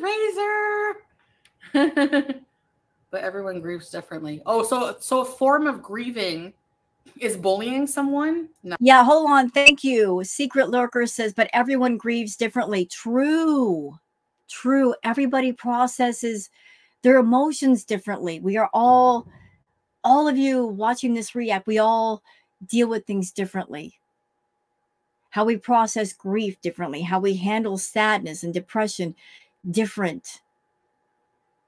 You know, some people are extroverted. Some people are introverted. Some people just like push through the negative emotion. They're like, I'm not going to sit still, because if I sit still, it's just going to make things worse. I got to push on through. That's what Frenchie did. She's like, I got to push on through so it doesn't take me over. Much applause to her for that. I know how hard it is when you lose someone you love, and then you're like, I can't sit still, because if I sit still, I'm just going to spin in my own head. She chose to do it her way. And Chantal did it her way with her grandmother. How she handled her grief was getting high and going to hang out with Natter and talking about her grandmother's passing and exploiting her grandmother's passing. Yes, she actually exploited her grandmother passing, talking in detail about, please forgive me for saying this because this is a sad detail, talking about her grandmother's death rattle and her journal, exploiting the crap out of her grandma, even before grandma passed away. This disgusting twat waffle beast posted a picture of grandma on her community page. Grandma was in her bed and she was very, very close. She could have taken the picture with grandma and kept it to herself. That would have been so appropriate. But she put it on social media because she wanted to appear like a caring granddaughter. A caring granddaughter would not have posted that picture on social media in the first freaking place, Chantal. How dare you do that to grandma? The woman who helped raise you, who took you in, took care of you. And that is the way you're going to treat her at the end of her life. I don't have enough curse words for how I feel about that, but we'll save those for later. Let's keep going. Nah, sorry. I'm not going to buy that. Like, no. I don't think so. To me, there's a big difference between losing your grandmother to losing your mother. I imagine losing your mother has to be the absolute worst. Yeah. Yeah, I can't even imagine. Like, I don't know. I probably will just not. You know what, Carolyn? To me, there's a big difference between losing your grandmother to losing your mother. I imagine losing your mother has to be the absolute worst. Yeah, it is. You know what? Losing a relative is painful, no matter who the relative is, no matter if they're in your immediate family or they're just a branch on the family tree. It sucks. So, Carolina, are you judging Frenchie for how she processed her grief? Why don't you look at the way Chantal processed hers? The way she was behaving, very inappropriate. Why not look at that and then come back and talk to me? Even be online for a while if, like, I don't know. That's, yeah. I couldn't come online. Like, if I lost my mom, I'm just picturing. Liar. If, God forbid, if something happened to your mother, you would exploit the crap out of that. You couldn't wait. If you lost your mom, you would come on camera immediately, putting on the tears. I lost my mom. And you would be expecting super chats and sympathy. You'd be thinking in your head, oh, this is going to be a big payday for me. I'm going to come online and make money with this. This is a new story arc for me. As sick as that sounds, y'all, as horrible as that sounds, that's where her mind would go. If somebody around her passed away, whether it was her mom or her sister or somebody, she would exploit the crap out of it. She's always looking for an angle to make money, to be the victim. She would exploit her mom's death. Look at the way she exploited her grandmother's death. Oh, she couldn't wait to exploit it. Like, I couldn't come online and do business as usual. Oh, yes, you could. Absolutely, you would. And watch someone's live stream of them doing a mukbang and hating on them. You know what I mean? Like, I could never do that. It wouldn't be programmed. And by the way, Chantal, it is absolutely effed up that you try to use her mom's death as a weapon against her to make her feel worse. Just as you talked about her deceased pets. You're disgusting. You are so disgusting. You are the bottom of the human gene pool. As usual. It would probably be just a bunch of sobbing and crying and I don't know. You had ice cream nachos? What the hell? Yeah. Yeah, exactly, Kina. Yeah.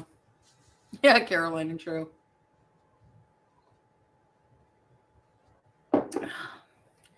I'm having some, what is coming for breakfast? You're probably not going to know. Well, I have sambusa. It's like popular breakfast foods here.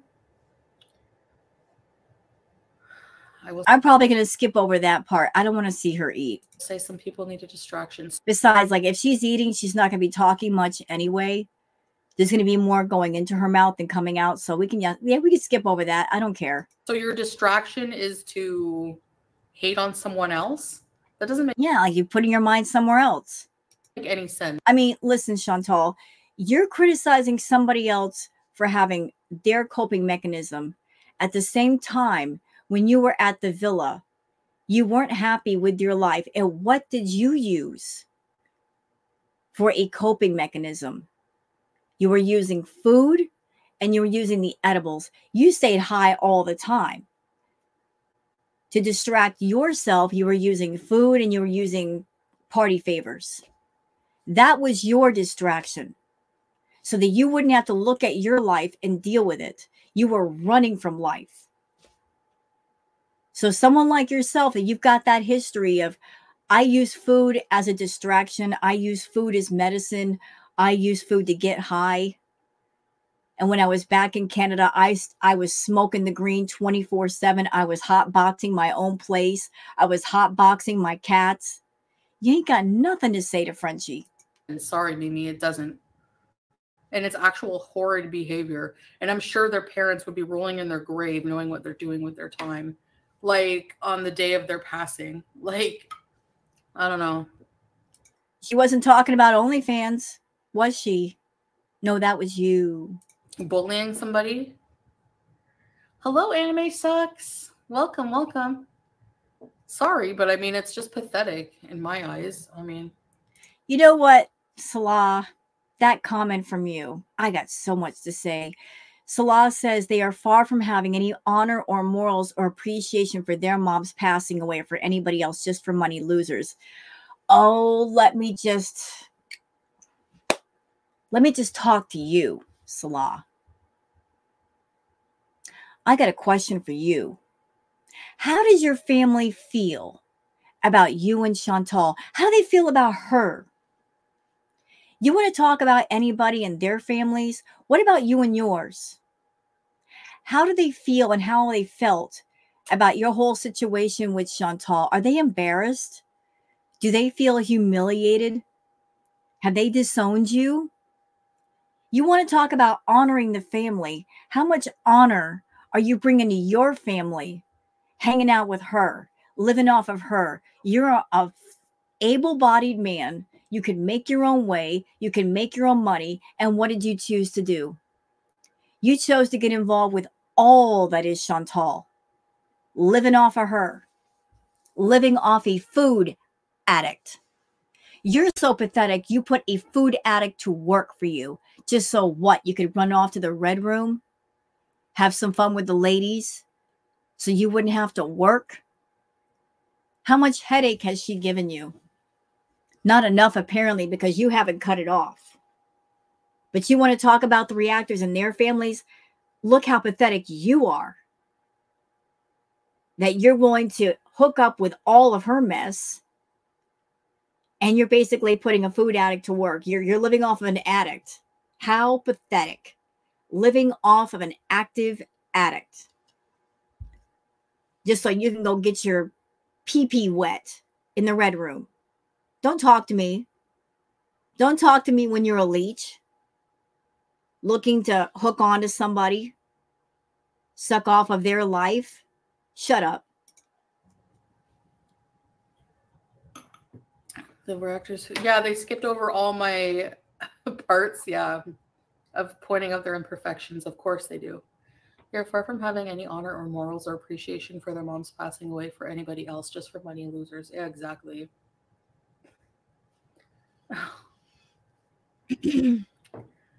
Yeah, nobody can force you to do anything, Passion. Exactly. When my mama passed, Lord, the world stopped. Hey, Passion Tim, the only thing that Salah is concerned with is keeping his cash cow alive so he can continue to get checks from her. He doesn't care about her health. He knows she's a lost cause. He knows there's nothing that he can do. Chantal's an addict. And she's an out of control person. But the one thing she maintains control over is the money. You want to know why? Because she doesn't want anybody denying her or telling her no when she wants food. The rest of her life can be completely out of control, but she always maintains control of the money. Because if she controls the money, no one can deny her food. And she can make whoever's around her codependent on her. He's indifferent to her. Salah is indifferent. There's nothing he can do. There's nothing he's going to do. He doesn't care what happens to her. As a matter of fact, I'm of the opinion that Salah wants something to happen to Chantal. He's pushing her on purpose for a medical event because he knows she's on the tipping point. All he's got to do is push her a little bit further and something might happen. And if something happens, he's finally free of her. She'll no longer be a nuisance in his life. He wants to go to the gym. He's taking her out to the desert. He's bringing her all this fast food. Yes or no? This man is gunning for something to happen. Maybe that's the only way he can get away from Foodie. Maybe she's got something on him. I think she does. I think she's threatened him with something and he feels like this is my only way out. Chantal, I'd be looking at all this stuff and thinking, you know what? Maybe I do need to go home, because whoever my partner is, they're gunning for me to have a medical event. They're acting like they care, but they really don't. They're gunning for something to happen. And if something does happen, Chantal, the fact that you've made all these videos, the fact that you do have a food issue, their hands are clean. They can go, see, she had a heart attack, she had a stroke, and it wasn't my fault. She has an issue with food. He's off the hook. Gives him the perfect alibi. Yeah, like, I wouldn't be coming on here. Let's say, like, you know, I had a video to review. And my mom passed away. Like, do you think that you would, like, who would come online after and, like, just continue? Stop criticizing Frenchie in the way she handled things. It was her way. It was what she wanted to do. You don't know how to handle things correctly. You have no room to criticize. To hate someone and call them names. Like, it's so weird to me. Hey, Chewy's mom.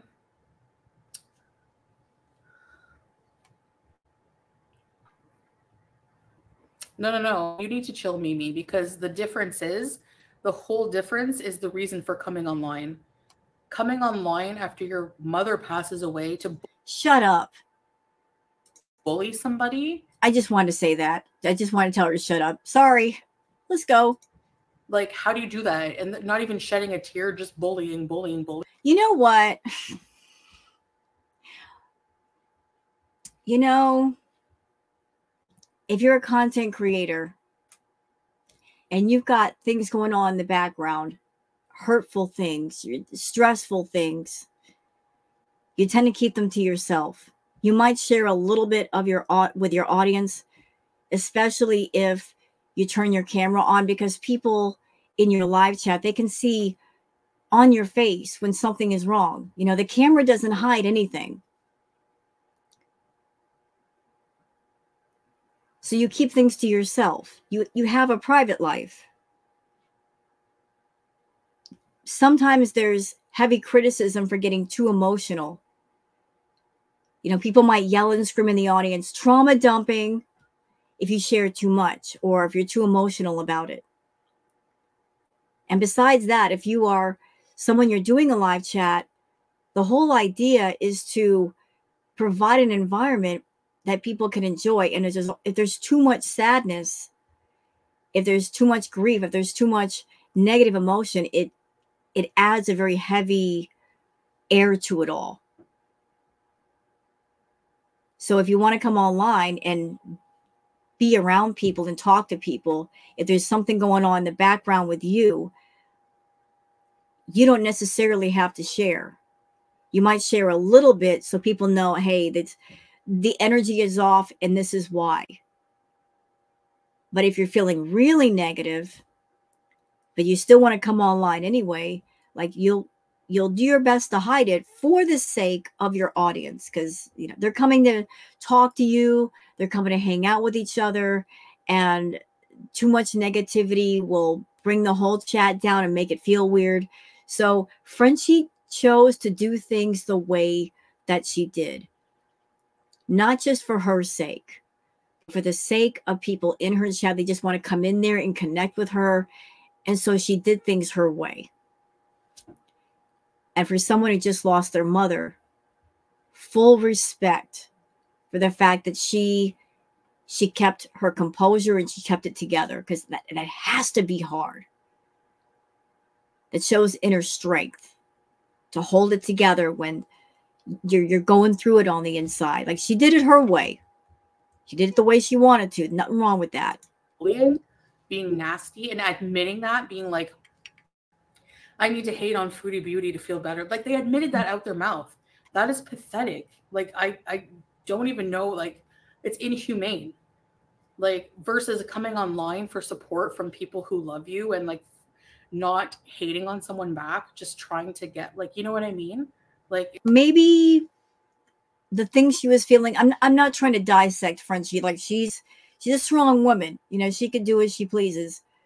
Maybe the grief and the anger she felt inside, she's like, I'm going to turn this inside out and direct it at somebody else, and I can get it out of me versus it staying inside of me.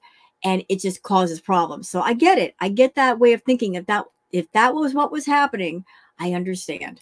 It's so ridiculous. Sorry to hear that, Missy Med. That must have been hard. Yeah. I know. I don't even, why am I even explaining myself? You know why? Because people, they let the hate for me get so bad that there's nothing I can do that could ever be right in their eyes. I mean, just look at their channels. Every single day, they have it set up to talk about my video, and no matter what it is, it's all negative. There's nothing ever. Ma'am, it's all negative. What exactly are we supposed to praise about you? I mean, I'm a fair person. If something positive is going on, I will give praise for that. I will.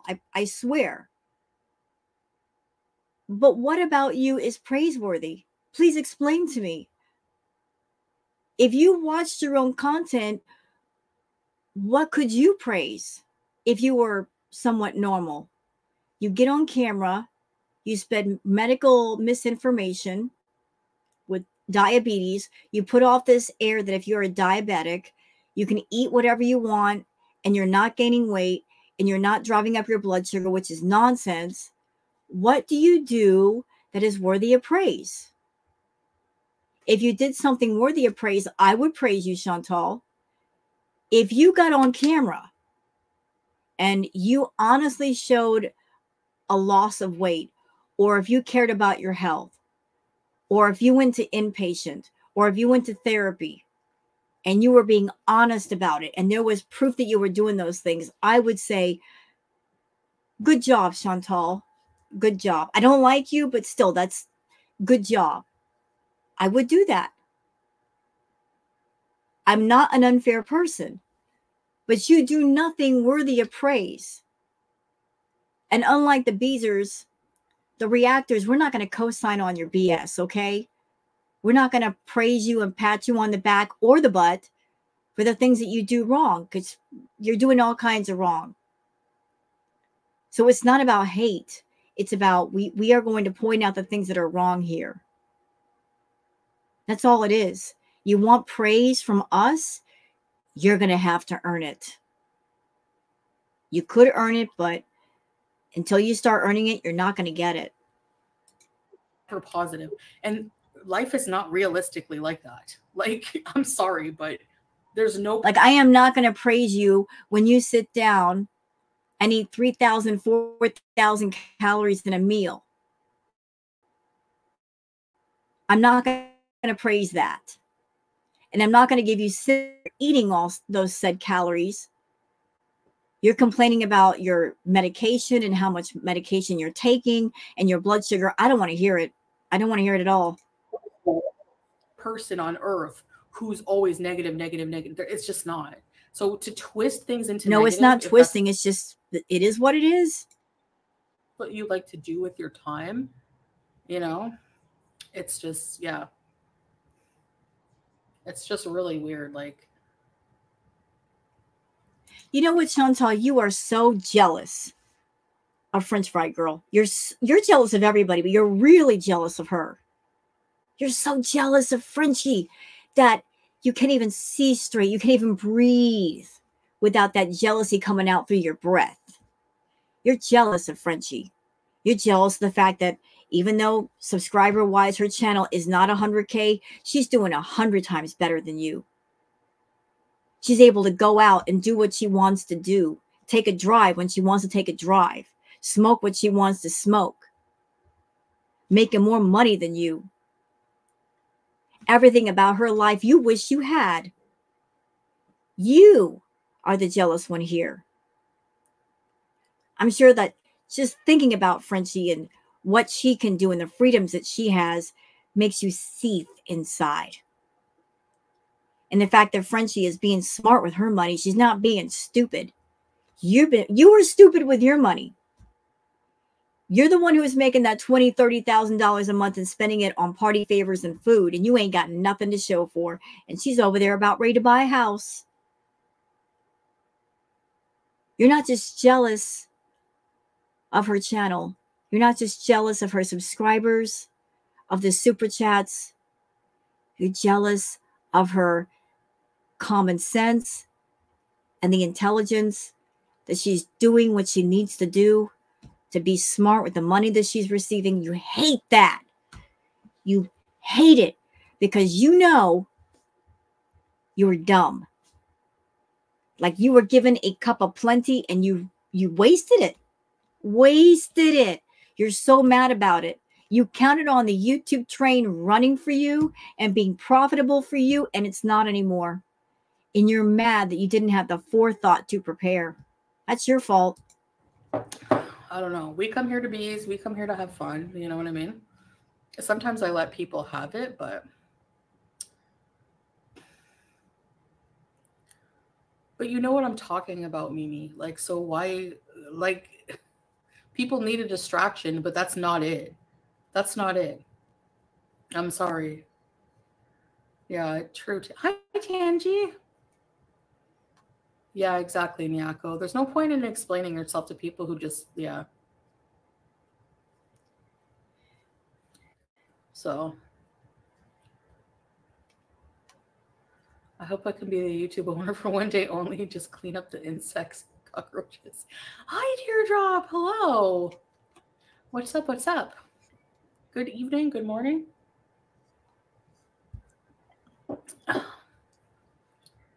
Pizza, fried. Did I ever have fried green tomatoes? I don't. Oh God, we're starting in with the food talk already. I don't even remember.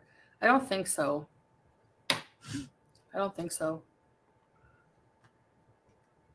I'd imagine it would be good though. I've never had green tomatoes. Are green tomatoes like a specific breed of tomato, or are they just, well, you can pick on my looks, but at least I'm not as ugly as the eggplant circulating? No, I'm sorry, and I mean this objectively. You're still a lot more hideous, like aesthetically. You know what? You know why I think she's being so crabby lately? What's brought this on is, yes, there is a picture of Salah's parts circulating around. Many people have seen it. It's how can I say this nicely? It is underwhelming. Okay. So that picture is being circulated around. And Chantal has yet to say, look, I'm his wife. I know what his priors look like. I've seen the picture. That's definitely not him. She has yet to say that, which leads me to believe that she's seen the picture and she knows it's him. She knows that that picture got sent to Kybella.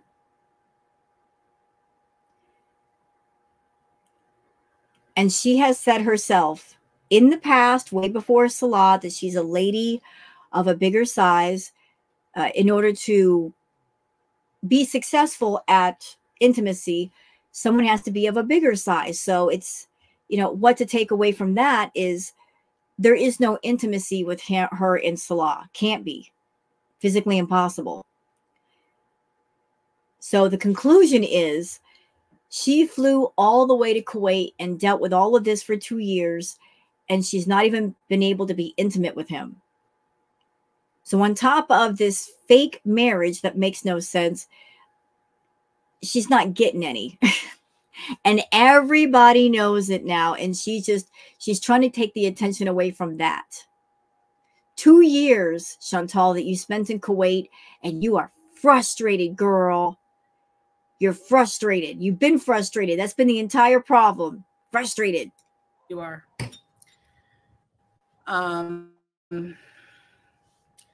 People obsessed with that picture are insane. I mean, it's one picture. It doesn't even look fully aroused to me, but whatever. Considering the subject it went to, I don't blame that. Well, that's okay. Passion Tim, that's what they do too. They talk about the same thing over and over. My diabetes. Well, what else? You know what? So Passion Tim, the GOAT, says we literally talk about the same thing, the same recycled crap about reaction channels. Now she's saying, oh, they talk about the same crap because you talk about the same crap, Chantal. We're asking for a variety. Can we please get away from the food? Can we please get away from the same childhood stories that are boring? The same made up stories. Can you please take us somewhere new? We want newness. Your audience, they want something different, but you refuse to give it. It's like you're trying deliberately to bore everybody to death. We're talking about the same things because you're talking about the same things. Do you see how it works? It's a circle that keeps going around and around because you're keeping it that way. My fake marriage. So I'm allowed to talk if I want once in a while. If you don't like it, goodbye. Oh, did you hear that? So Passion Tim the GOAT is a VIB. And she's saying, if you don't like it, you can leave. You know what, Tim? I'm not telling you what to do. Cancel you guys hear the way she's talking to y'all? This is her attitude. Cancel the memberships if you want. If you want. Like, it's your choice. But if somebody talked that way to me, I'd be like, okay, then I'm canceling my membership. Bye. Like, don't torture yourself, Passion Tim. Don't torture yourself.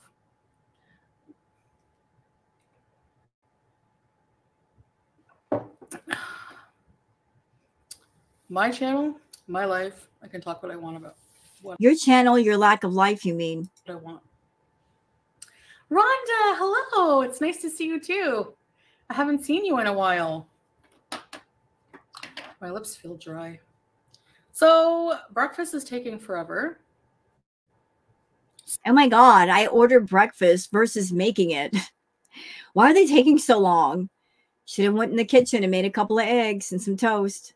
Smeagol vibes. Yes, FF Goulas Smeagol vibes. Exactly. If she ever does show her face again, look out. If. The last time was Shannon's, which was... You know, I don't know if Frenchie is staying off camera just because that's how she feels the most comfortable, and I understand that. But you know what, Chantal? If Frenchie is planning something, if she's in the background going to the gym or losing weight, and if she came on camera having lost a whole bunch of weight, not that she needs to, she can be any way she wants, she's comfortable with herself, but if she came online looking snatched, way snatched, oh, the meltdown that Chantal would have. She wouldn't know what to do. Like, her head would explode. Her head would explode. She wouldn't know how to handle it. If Frenchie showed herself and like she's doing like a glow up in the background, and then she comes online going, ta-da, Chantal wouldn't know what to do. She wouldn't know what to say. Her head would explode. It would be a glorious moment indeed. Appalling in itself. It's basically like the type of look to scare children. Like, not being mean, I'm just saying. FFG was so mad yelling, I've seen that on your mama. She's insane. Stay mad. Hi, Hidden Love. Hi. You love this lip gloss? Yeah, it's a lip gloss. Hand me down from my sister. Every time. What?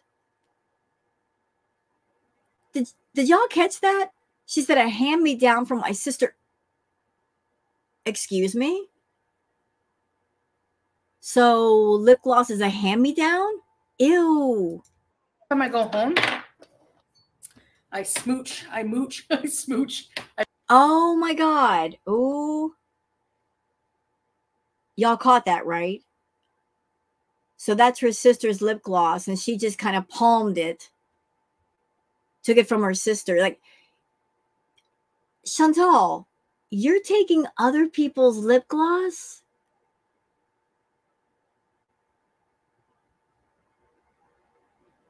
That's unsanitary. What is wrong with you? Lip gloss does not cost that much. Why are you taking other people's lip gloss, girl? Why? I mooch off my sister. She has so many things. Oh, what? There's something the matter with you that you're taking other people's makeup. Girl, you can go to the dollar store and load up for cheap and buy your own stuff. Taking other people's beauty products, it's gross. That is so unsanitary and gross. I go, all right, it's time to pack my suitcase. You know what to do. She helps me pack and everything. And why do you need her help with packing a suitcase? How pathetic are you? And I miss my sister. No, you don't. And then we basically, you bullied her. She goes in her room, finds things she don't want. And yeah, I need to bring an extra suitcase next time. For what? To bring more of her stuff back? What is the matter with you? You're so pathetic, Chantal. All the money you make and you're like, this is why your family hates you. You're a burden. You always got your little big hand out like, give me, give me, give me.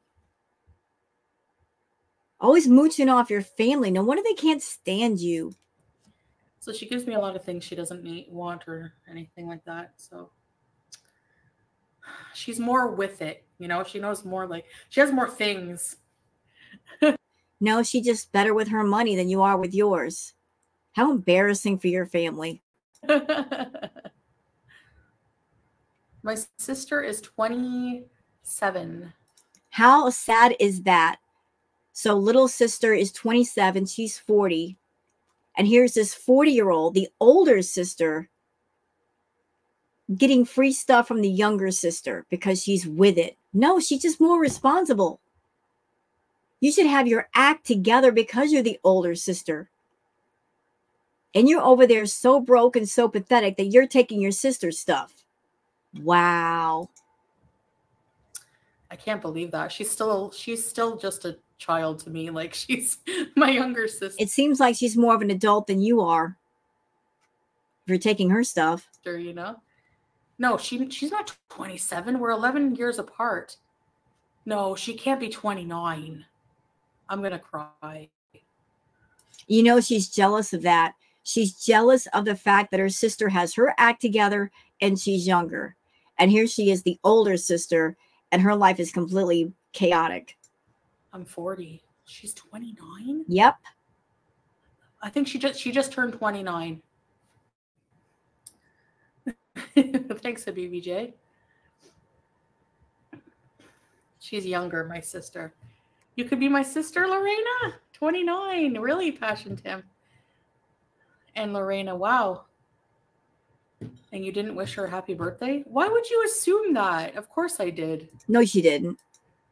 Her sister hates her. Because Chantal bullied her sister growing up. She bullied her real bad. That's one of the main reasons why Chantal went to a group home. The bullying got so bad, the family sent her there to protect the sister.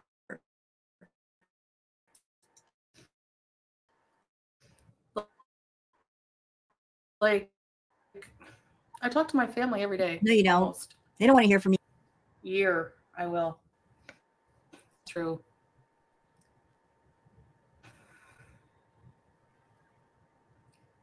Yeah, I usually mind my own business and go on about my life. I'm not every day in drama talking about, like people, for example, in the drama community, every day they have a stream attacking each other. They've been to court, blah, blah, blah. Like little, you know what I mean? Like it's their business, but I can't live my life that way. You know, proof that Chantal is everywhere on YouTube. Like she's like bouncing around checking out everybody's stuff. Proof she does nothing all day except scroll on her phone. Okay. No.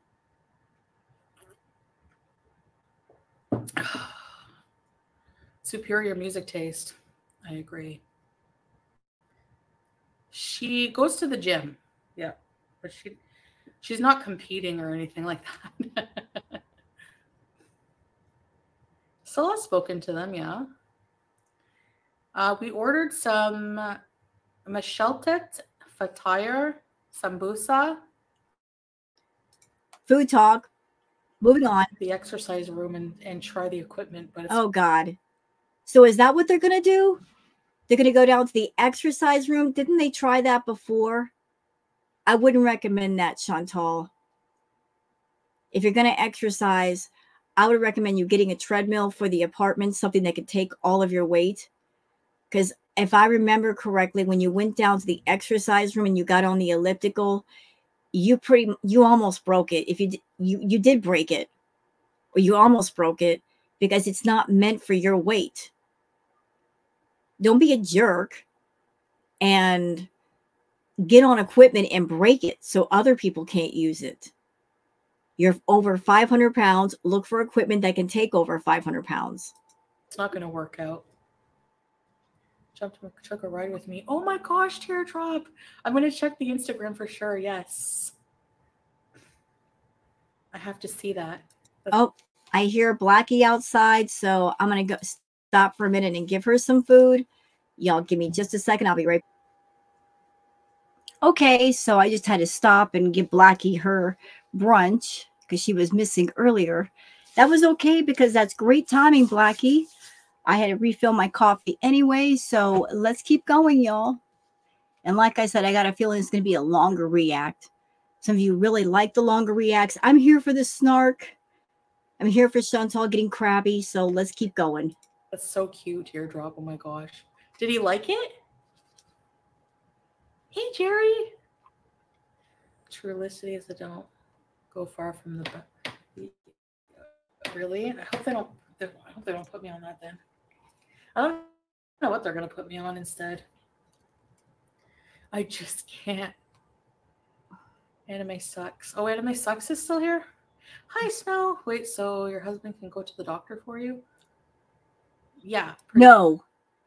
I don't see how that could be accomplished. How can Salah go to the doctor for her?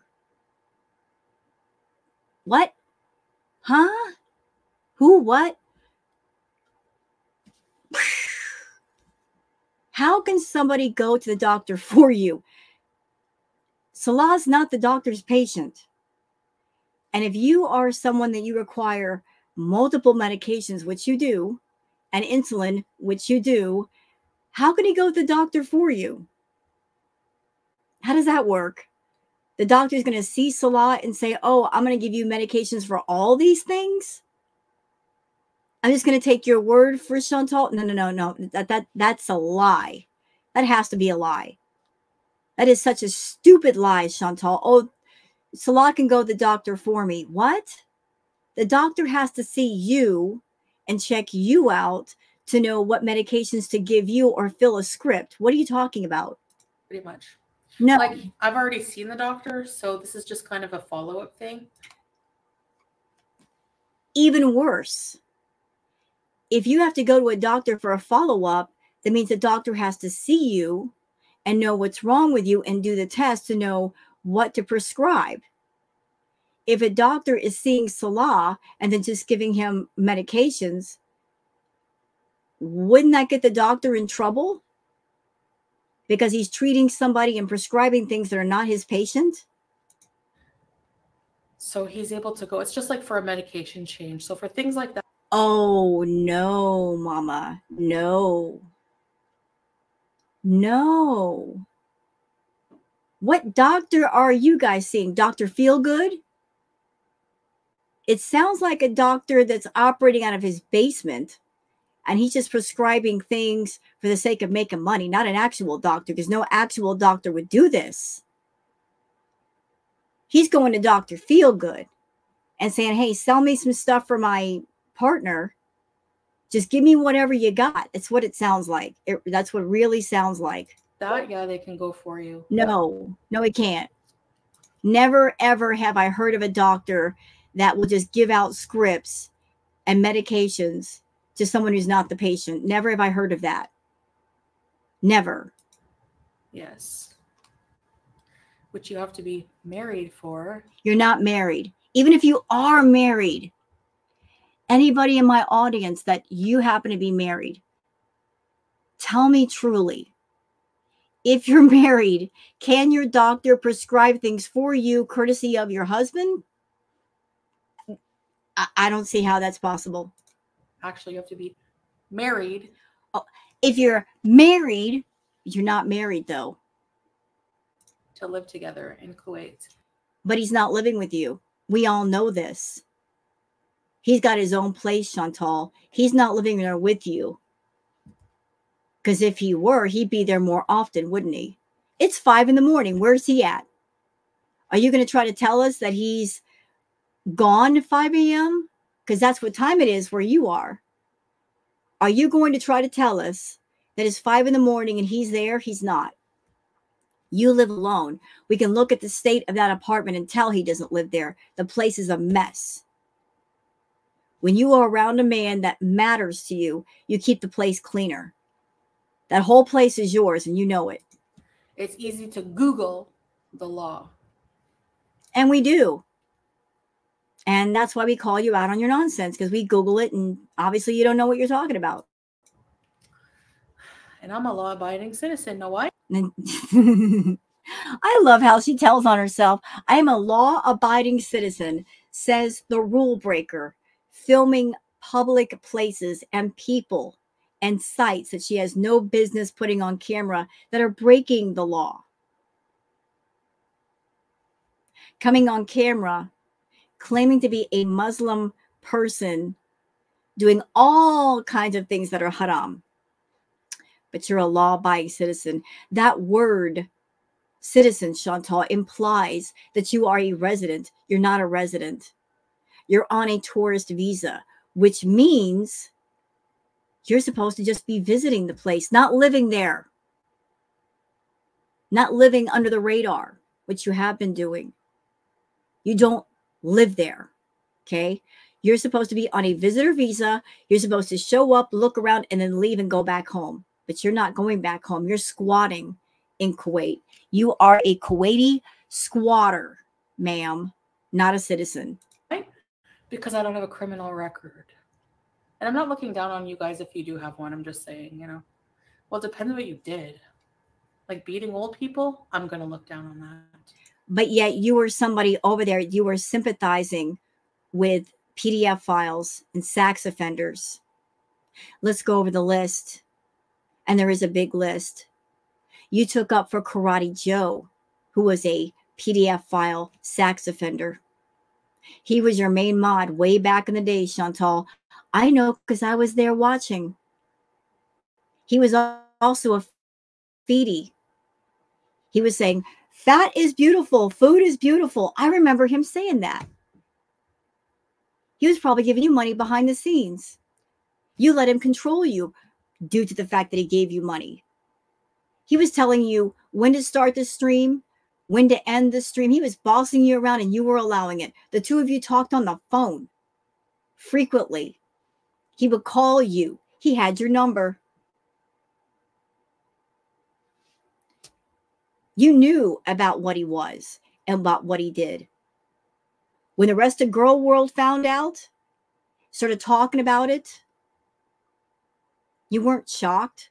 You weren't disgusted. You weren't nauseated. Your reaction was very telling. As a matter of fact, you came back later and said, oh, he went to jail. He did his time. Sympathy for someone that doesn't deserve it. But let's go over the rest of the list that we know about. You sympathized with Dragon Lord Frodo, another sex offender. Cyrax, another one. Now here's Salah. He's not a sex offender, but he's vile. You're still there, even after all the things you know. Let's also talk about Pete's. Yeah, everybody, Pete's. There's some disturbing things that have happened with Pete's. Like the fact that he actually wrote grape fiction. Yeah, that's actually a thing that actually happened.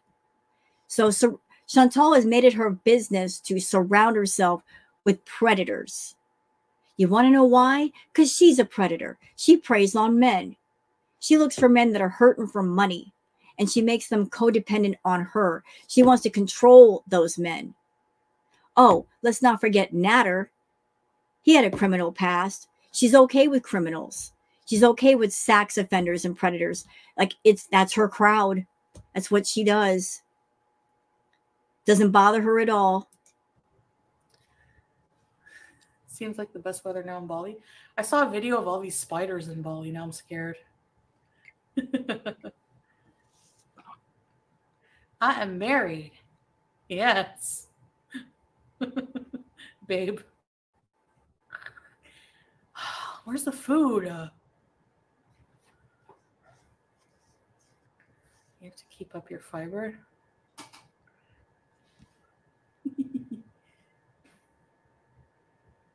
So here's SB in the chat saying, no, Chantal, don't spread misinformation. You can't send Salah to a doctor's appointment on your behalf. Please don't spread that. You can only send him to get your medication, but that's it. True. That's it. That's all. You can't send somebody to the doctor for you. Maybe you can give up permission for someone to get the medication for you if physically you're not able, but that is all. Well, no, I mean, like if I need to go see the doctor, I have to go, obviously. Now she's backtracking. Look at her. She's backtracking. But this is just more dealing with the pharmacy. It's not... But you didn't say that, though. You just told us, I send him to my doctor's appointments. Now that somebody in the chat is calling you out for it, you're saying, oh, I didn't mean that. I meant going to the pharmacy, but you didn't say the pharmacy, did you? You just said the doctor's appointment. Liar. So you lie about things you really shouldn't lie about that make no sense, that everybody else in the audience knows you're lying about. That's why I'm so shocked that you still have Beezers. When you openly lie and you get called out for your lies and they still don't get it through their heads, they're dealing with a liar and manipulator and they continue their memberships. It's weird to me. Weird. It's not like I have to be there for this kind of thing. It's just for a medication change. It's not a fault. But you didn't say that. You said doctor's appointment. Blow up, like he's not going to examine or like, you know, that kind of thing. So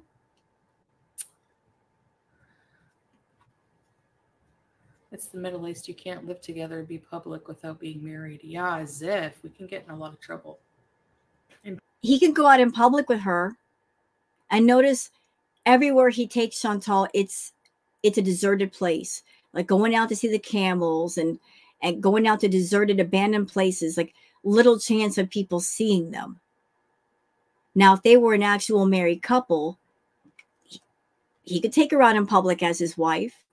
Public places with lots of people. He never does that. He rarely does that. There's always the appearance of, I'm with this person, but she's just a friend. That's all. 10 minutes? What the hell? Thanks, Janji.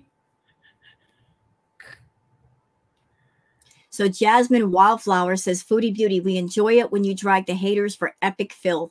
They are so obsessed with you. I wish they would just get a life. You know what, Jasmine? I wish Foodie would just try her hardest to drag us. She can't drag us. She's really bad at it. She tried twice to do reaction videos and she failed miserably both times. Any reactor in girl world could drag her for filth.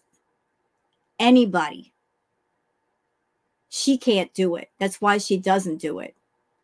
She's not dragging anybody for epic filth. She's afraid to. We all got receipts.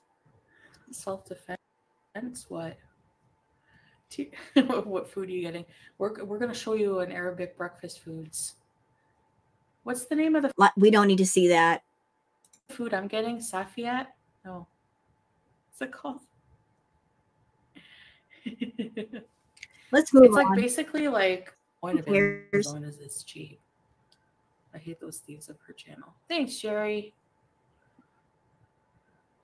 Anna G. I want, you know what I want I want pickled freaking okra. Maybe I can make some. I live in Seattle. Most apartments don't have air conditioning. Hi, Kelly. Really? That's awesome, Justin. I doubt that Seattle doesn't get that hot. I lived in Washington. It does get hot. No, that's good. Yeah. I don't know what they're talking about. Exactly, teardrop. But like honestly, having AC here is like having a heater in Canada. Like you won't have an apartment that doesn't have heat, like a heater, you know? You might have to pay extra for it, but here all utilities are included in the price. And we have like no heat option. It's all. Can you imagine if Chantal did have a place of her own? With the way that she runs the AC, how large her electric bill would be? It'd be huge. AC. So, yeah. Yeah. Moving on. Because, like, why do I read these things? I kind of hope the picture will be. Oh my God.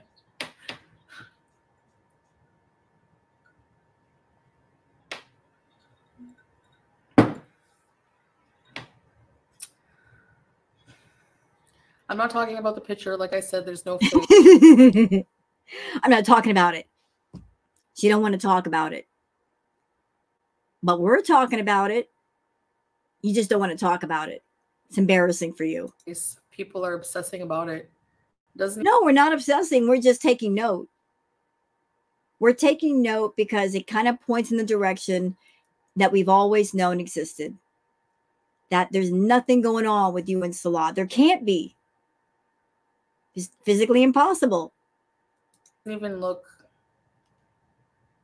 you know, fully to me from what I saw. And that's it. I don't know. So she did see it. She's confirming that she saw it. And remember what I said. If they were really married, if you are a wife or even a girlfriend, you got a man in your life that you're being intimate with, you know what their stuff looks like. You know, like in a heartbeat, you know. You know what it looks like because, you know, you see it. Deal with it. I don't think she ever saw it before. She sure as heck ain't even getting it. If she saw it, she'd be saying to everybody, I am the wife. That's my husband. I know what it looks like. That's not his. She's not saying it, though. Yo, Mama, don't say Salah because it's not mine. I would know what it looks like. Look at me. Yep, but you don't. You don't see it. Everybody else is seeing it, though. Girl world is seeing more of her supposed husband's junk than she ever has in 2 years. That's funny. Do I look like I like small things? Like, no. Sorry. At all. You don't have to like it. You're desperate. You'll take anything at this point. You ran all the way to Kuwait to get away from your taxes. So even if a man's junk is not to your liking and to your use, you'll put up with it just to have a place to stay, girl. You ain't got no choice right now. And it could be anyone's junk and still look better than... Yeah, she looks like a rotted sack. That's what she looks like.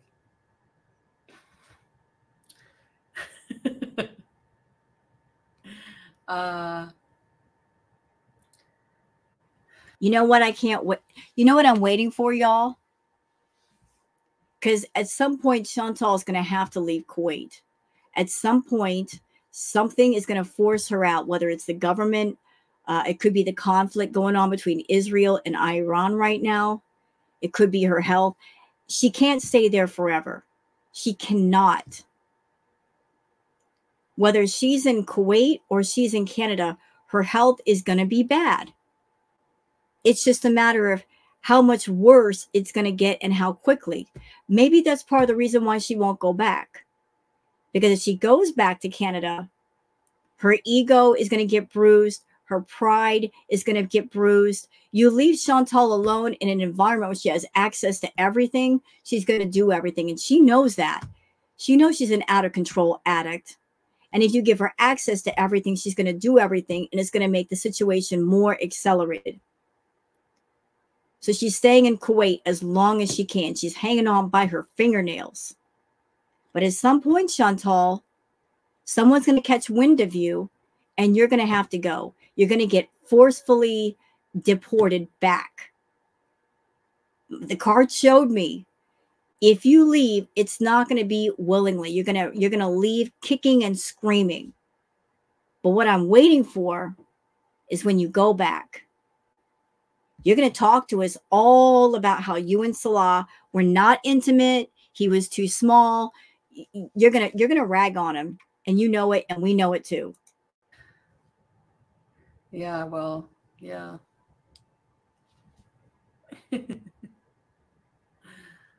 Size queen. Well, I'm just saying, like, she's not a size queen. It's just a matter of, I got to have a man at a certain size because I'm at a certain size, and that's just physically how it would work. what the hell am I? Not that there's anything wrong, mind you, with a man of a smaller size. Your lover can be the most excellent lover and be of a smaller size. As I said, it's not the size of your marker, it's how you write your name. But in her case, as a woman of a bigger size, due to her bigger size, she might need someone who's more endowed just to feel something. But on top of the smaller size, if he is unwilling, if he is not aroused, he's completely turned off and disgusted by her, it's going to make the situation impossible. Like, no. Never in my life. Not shaming anybody for... Yes, you are. You know, but...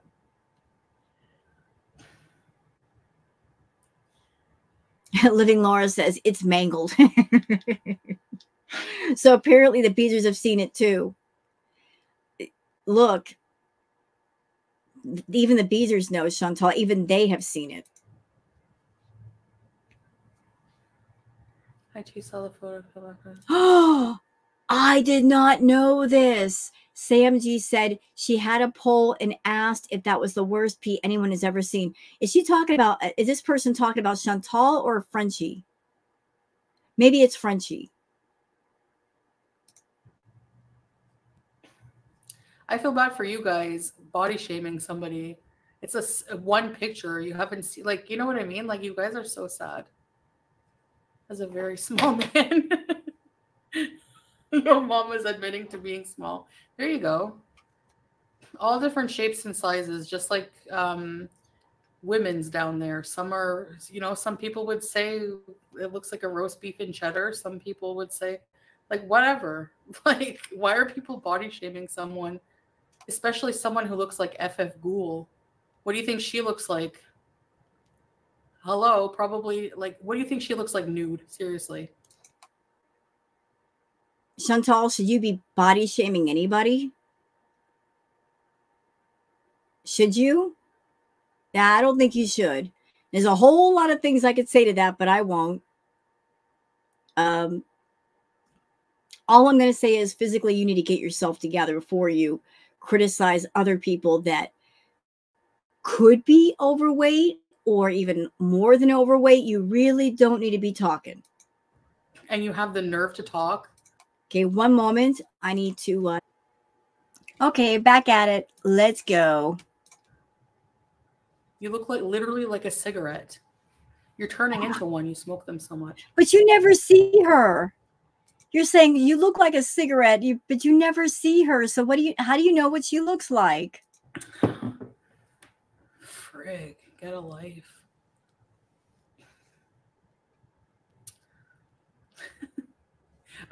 I didn't say the roast beef and cheddar thing. I'm quoting someone. FF Ghoul has eggs on legs. Nobody will touch her in 10,000 years. Yeah, exactly. No wiener. No. You know what, Salah? The irony of that. He says FFG is eggs on legs. Nobody will touch her in a million years. But the same could be said about Chantal. Are you sure you're not talking about Foodie right there? No matter what it looks like. None. Sorry.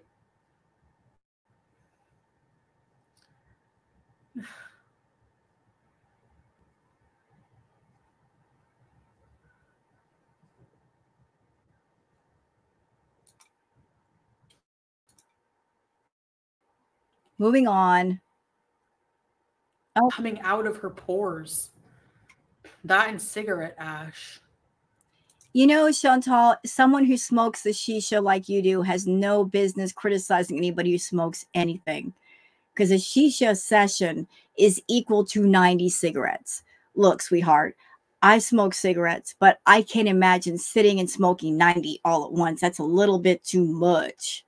That's too excessive. So you're a smoker too. You might even smoke cigarettes as well on top of the shisha. We even showed us that you do smoke cigarettes, so you can't criticize a cigarette smoker. Nope. Thanks, Anime Copes. It's FFG's eggplant. Don't shave caved in butts. I'm sure yours is fine, he said Pete. Peter Griffin, yes.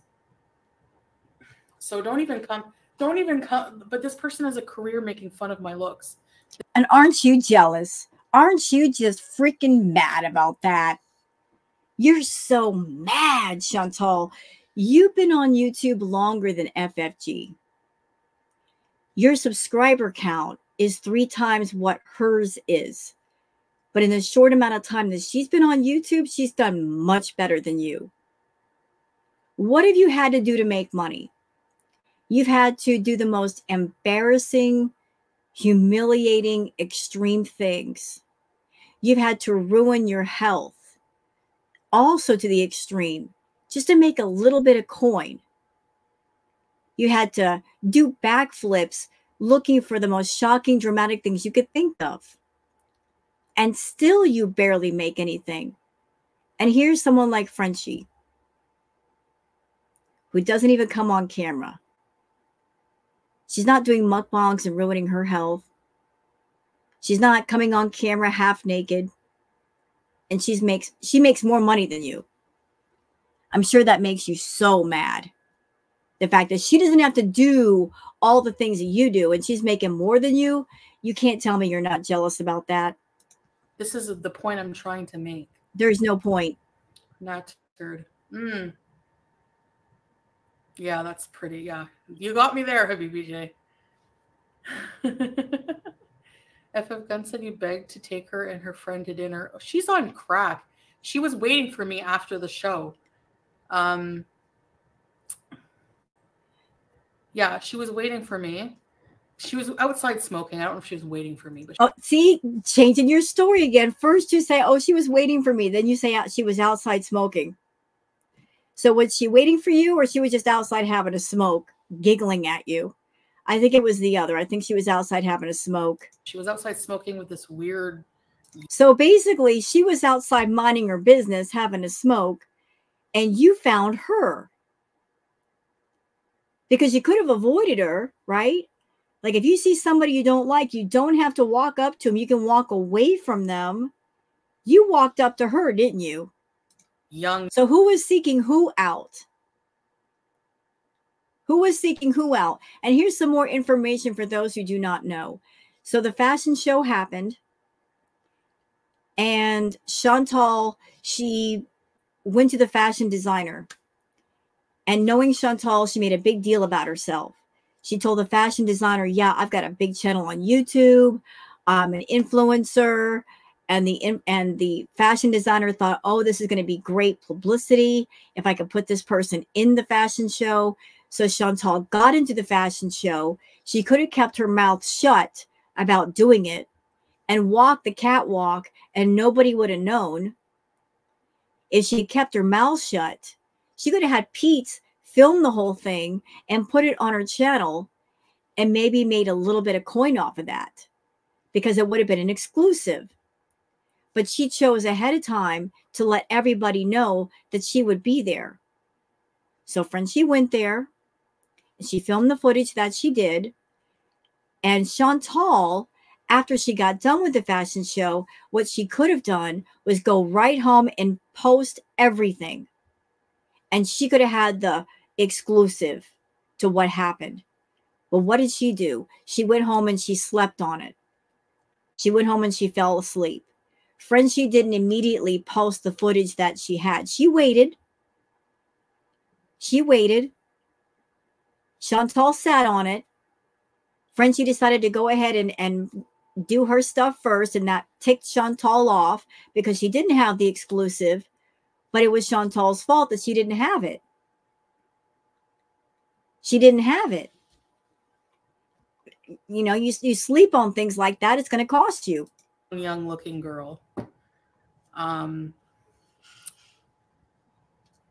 She looked like a creepy mob boss in an alley, like smoking. And you look like a final raid boss in World of Warcraft. I'm not even joking. You look like the final raid boss in a dungeon. How about that? And I know that because I play World of Warcraft. You look like the final raid boss. I wonder what kind of loot would drop off of you. Leaning on something, and then maybe some raid food. You drop some raid food, maybe a buff or two. I don't know. That was it. I just was like, I don't know what I even remember what I said. I didn't ask her to go anywhere. She was like talking about. No. You said to Frenchie, and I quote, "It's just business," and you wanted to go out with Frenchie and get some poutine. Puts in or something like that. Yeah, you did. Like where the best places for puts in are. That was it. We didn't invite each other. But why would you want to talk to her if she was like your mortal enemy and you hated her for real? Why would you even approach her if she was outside smoking a cigarette? Which you're a smoker. You go outside to smoke. If you hated her for real, Chantal, why would you even approach her when you didn't have to? You could have just walked on by and walked to your car. Make it make sense. Why would you walk up and pose for a picture? Why would you invite her out for poutine and say, it's just business? That kind of points in the direction you really don't hate her. You were trying to make friends with her. She's not your friend. Or anywhere. Rod Story. Thank you, Rod Story. Thank you so much. Heart Peaches. Yeah, exactly. Honestly, if I could turn back time, I wouldn't have been nice and I would have told them to kick her. You know why Chantal was nice? She wasn't being nice. Chantal's just a coward in public. She's okay with running her mouth online and saying what she wants to say because there's nobody physically in front of her that she has to physically deal with. So there's Frenchie right there, physically in front of her. She didn't want to open her mouth. She's a coward. Absolute coward. I'm going to save all of my nasty for being online because then there's no repercussions. There's no pushback. That's why she did what she did. The F out.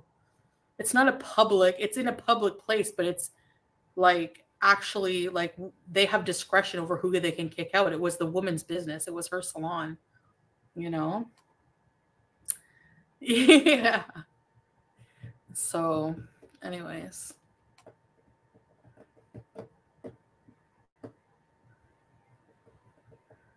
Breezy admitted how pretty she thinks Chantal is. Oh, really? Public place, private party. I wanted you to punch her so bad. I was just like so like not miserable. I was happy that I was like doing this event. Hi, Poppy FIFA. Yeah, and then it all turned around on you because of who you are, because of the reputation that you have. It all turned around on you. I actually feel bad for the designer and the other ladies in the fashion show because it was supposed to be a positive moment for all of them. And Chantal involved herself, knowing what reputation she's got, knowing of how people feel about her on YouTube. She wanted her moment to say, I walked in a fashion show, and she didn't think about the designer. Someone who is creative and working hard on their company and their brand, not considering what would happen to them. Not thinking about the other models in the fashion show. They wanted to have their moment, and someone like her is going to ruin it with all the backlash. All she was thinking about was her benefit. She wasn't thinking about everybody else involved. Very selfish, Chantal. Very selfish on your part. And I didn't want to like ruin it for them with But you did. You did. You absolutely did. Drama, you know. But you did. You knew the drama that came with you and you did it anyway. So for her, like, I know they don't care. Her whole mob thinks it's funny. No, they don't. But they like actually like low key, like she like actually ruined something positive. No, you ruined it. Should have kept your mouth shut. That's on you. She showed up thinking there was going to be more people there, and there weren't that many people there. You advertised it. You told the designer, oh, I'm a big YouTuber, big influencer. And the designer thought, oh, because of that, she's going to advertise it and there's going to be a huge crowd when there wasn't. How embarrassing for you that you would advertise yourself as a YouTube influencer and nobody shows up. Absolutely no one. For them, like with her fatty fashion show, like, excuse me, you're the ugliest one there with a weird body. You're going to call them She's not the one on the catwalk you were. Remember? Fat? Like, it was like a body positivity event. And she had to go in like... And Frenchie had nothing bad to say about anybody else in the show. It wasn't her going to the show and saying, look at this big person, look at this big person. It was all about just filming you. She wasn't criticizing the show itself and the purpose. It was all about just capturing you. Put it online on her channel as something negative. Like, for you to... No, it was all about you. Just about you. Even do that, you're the lowest piece of shit on the planet already. So, anyway.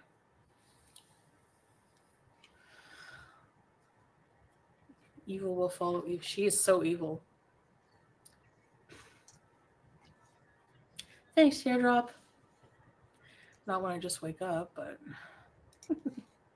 nothing wrong with self-esteem. I mean, yeah, like, my point of view with that is, I don't know, comparing yourself to other people, like, it's just stupid.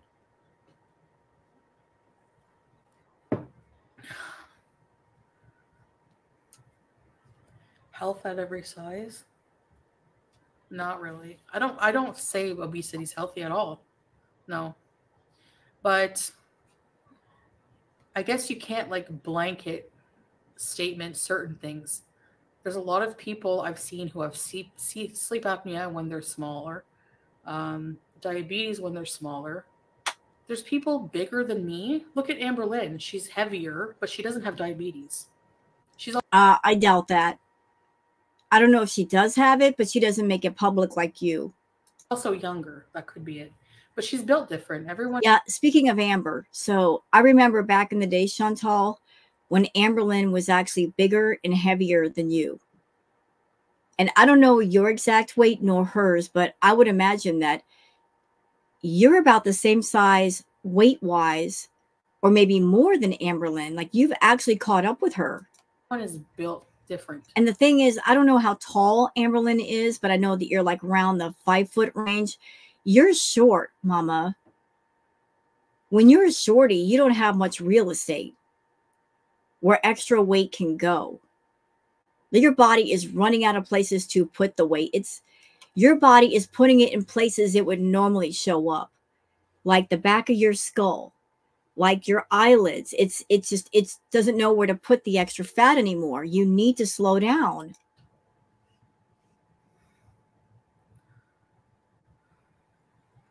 Forever telling you to go out and do something, and when you did, she ruined it. Yeah. And another thing, you can stop all that lying about losing weight, because if you really, really were, if you were losing weight, the first place we would notice it is in your face. Your face would not be so round. We could see more of your cheekbones, because that's what happened back in the Natter era when you were heavy into the white powder. You were losing weight, and I could see it. I could see more of the cheekbones, and your ears were not pasted against your skull. Your face has gotten bigger and bigger and bigger. You're not losing, you're gaining. Adidas lost 45% of their sales after that got here to the fashion show. Yeah, what the heck? It's a fashion show. You don't have like a dress. You don't have anything other than... She was being comfortable. Don't judge. It's not a ballroom waltz. It's a fashion show. She could be comfortable if she wants to. Stinky leggings. How do you know they're stinky?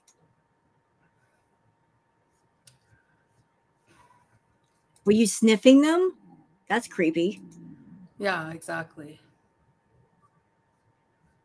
I don't know. Millie, hello, Millie. What's up? What's up, Bindi Boo? You're a fatty but a healthy one. I think that it's possible for people. It depends how overweight you are. It depends on a lot of things, but you can be overweight and still not have chronic health issues. You know what, Chantal? I have heard that those that have diabetes that manage it and manage it well, they take care of themselves. Sometimes you can decrease the medications that you're on or decrease the dosages. That you're not healthy. You keep increasing the amount of meds that you take and the amounts that you take. It's not going down, it's going up. And in my honest opinion, I think that you are abusing your medications. You're abusing your insulin just so you can eat more food and get away with it. You're going the opposite way. But I don't know. I think at some point, like, it's risky. It's risky. It increases your risks of a lot of diseases. Right. So just manage it. Don't make it worse. Don't try to work your way around diabetes. Understand it's a serious problem and take care of it. If you get by and not get a lot of them, okay, fine, you're lucky. And I'm going to point this out so you guys can see me right now. You can see Chantal. I'm 5'3". She's 5 feet tall. Her normal weight should be somewhere in the 115, 120 pound range for her height, for her frame. I'm 5'3". I'm somewhere in the 120, 130 pound range. And I say that because I haven't stepped on a scale lately, but I've been doing the bike riding, so I imagine I've been toning up. But consider this. As heavy as she is, and she carries a lot of her weight in the front of her body, Chantal, do you understand and do you comprehend the fact that because a lot of your weight is in the front of you, you are carrying the equivalent of 1 or 2 adults in the front of your body? I'm 130 pounds, perhaps 120. You're carrying the equivalent of 1 or 2 of me in the front of you. That's why your back hurts. That's why your balance is off. It's why your feet are effed up. You've got so much weight in the front of you. The weight that you're carrying, if you break it down, you're carrying the equivalent of 1 or 2 adults attached to you at all times. And the body was not built for that. It was not built for all that extra weight. The human body was meant to move, to be active, to go do things. The food that we eat gives us energy to go out and be active and be healthy. Your bones, your muscles, your nerves, your bloodstream, it's meant to be active. When you're not active, it causes a problem. But you're so heavy. You're carrying the weight of 1 or 2 adults in your stomach. And it just keeps getting worse. That is not healthy. That is not normal. Like if you were just like 200 pounds, 230 pounds, you could probably, get on. But I'd say once you're reaching 300, that's pretty. Yeah, but you're over 300. So now what?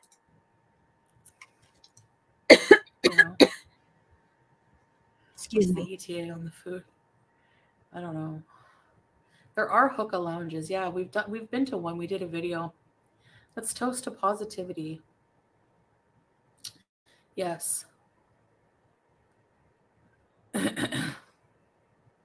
Yeah, Chantal likes to say that she's 330, 350.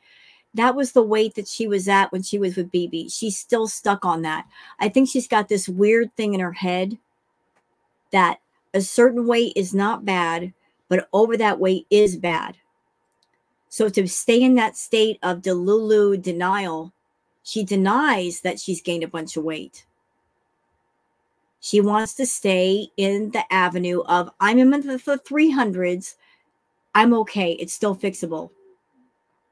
When she's not 330, she's not 350. She's not even 400. She's over 500 pounds. But if she let that in, if she admitted to herself, I'm over 500 pounds, then she would also have to admit, I am super morbidly obese and I'm dangerously unhealthy. She just wants to be in that state of denial by lying to herself and telling herself, I'm 330 pounds. I'm 350. It's not that bad. I can go on a diet and I can lose the extra weight. No, you can't. It took you this long to get where you are. So therefore, Chantal, it's going to take just as long, if not longer, to fix the damage that you've done. If you can fix it all, there might be stuff going on inside of you that can never be fixed. There might be permanent damage to your kidneys, to your liver, to your heart. And even if you work hard, it's going to be damage that you're going to have to deal with. But I try to be positive. Yeah, I try to just bees, you know. You shouldn't be beesing. I'm so sick of that word. I am so sick of that mentality of beesing. Ma'am, you're 40 years old. You shouldn't be beesing. Beesing and having the attitude of beesing is what got you where you are. Beesing is basically effing around and doing nothing and being lazy, not taking care of yourself, not paying your taxes. You gave it a cute word, but it's not cute. Beesing is avoiding being responsible. I'm beesing. I'm cool. I'm beesing. No, you're not cool. Beesing is not cool. It's not. You need to grow up. Oh, the food is here, babe? Hold on. Oh, he didn't even bring it in. He's like, the food is behind the door. Oh, so he dropped off the food and he said it's behind the door. He won't even walk in and give it to her. Such a happy marriage they have. You won't even walk in and give the food to your supposed wife. You're going to leave it behind the door. Wow.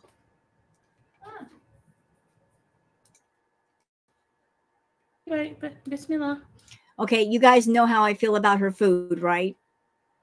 Can we get past the food? Is she eat? Okay, let's get past the food. I don't care what she's saying right now. Let's get past the food.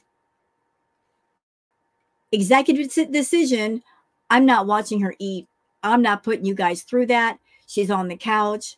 She's doing like the Kuwait llama pillow edition stuff. Okay, let's start from here. I love the OGs. Imagine coming after someone's family because you're so mad. Oh, she's snarky. I'm here for it. Go ahead. Odd that you can't affect the person you're going after, so you have to go after their family. There's exactly, Rhonda. There's so many channels that use my name because. And you know what, Chantal? Back in the day, you were fine with that. You're not fine with it anymore because every reaction channel, every archive channel, all of us are growing. We got better engagement than you. And some of them that are big enough, they're making more money than you. You hate to see other people grow. You hate to see other people that are putting in the work and they're benefiting. And still, it's not motivating you to work. You want to be lazy. So you get what you get that way. They aren't interesting on their own. Yep. She brings up your dad a lot and how he doesn't want to talk to you. Because she's a friggin' idiot, stupid loser. How does she know he doesn't want to talk to me? It's actually the opposite. Really? Then how come we don't ever hear about the conversations you have with your dad? You never talk about that. Look, Chantal, I'm not getting into your family business, all right? It is what it is. I do think that as far as your family, I think somebody somewhere failed you. Somebody somewhere failed to raise you up with structure and discipline. I think that you were far too spoiled when you were a child. Nobody bothered to reel you in and teach you right. They let you go wild and feral, and it never got course corrected. Somebody failed you with raising you up with manners, with morals, with values, with understanding that you can't get everything you want in life, that it's okay to lose as much as you win. It's okay to make mistakes and learn from them. You don't have to win everything and you don't have to own everything. Your family raised a spoiled, rotten, manipulative, lying brat. And then they unleashed you on society and you never learned. Never.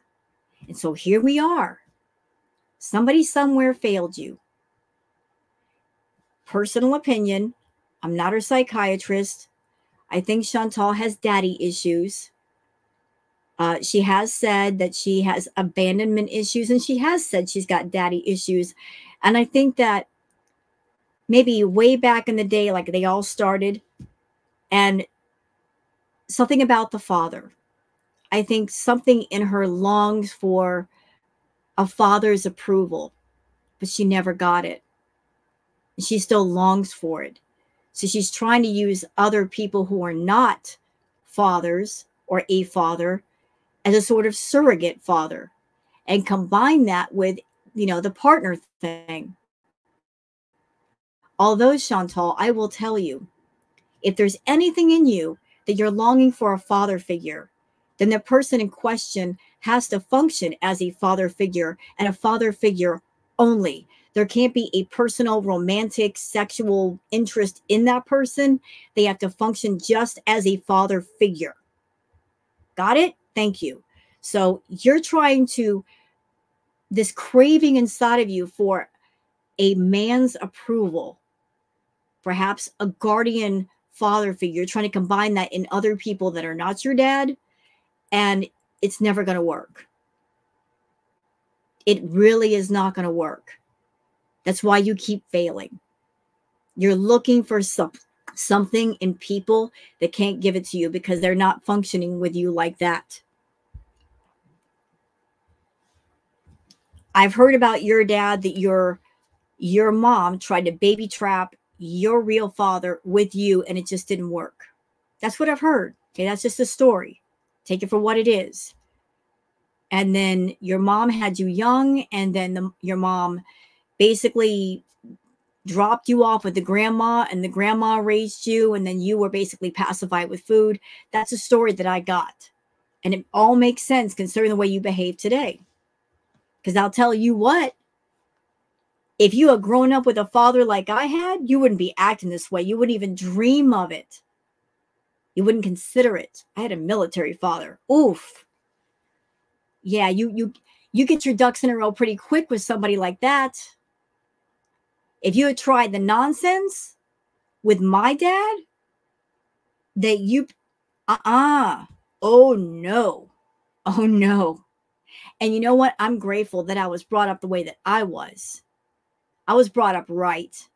I was brought up with respect and morals and values. You were brought up with nothing. Part of a parent's job is to not only clothe their child, feed their child, give them a roof over their head, send them to school.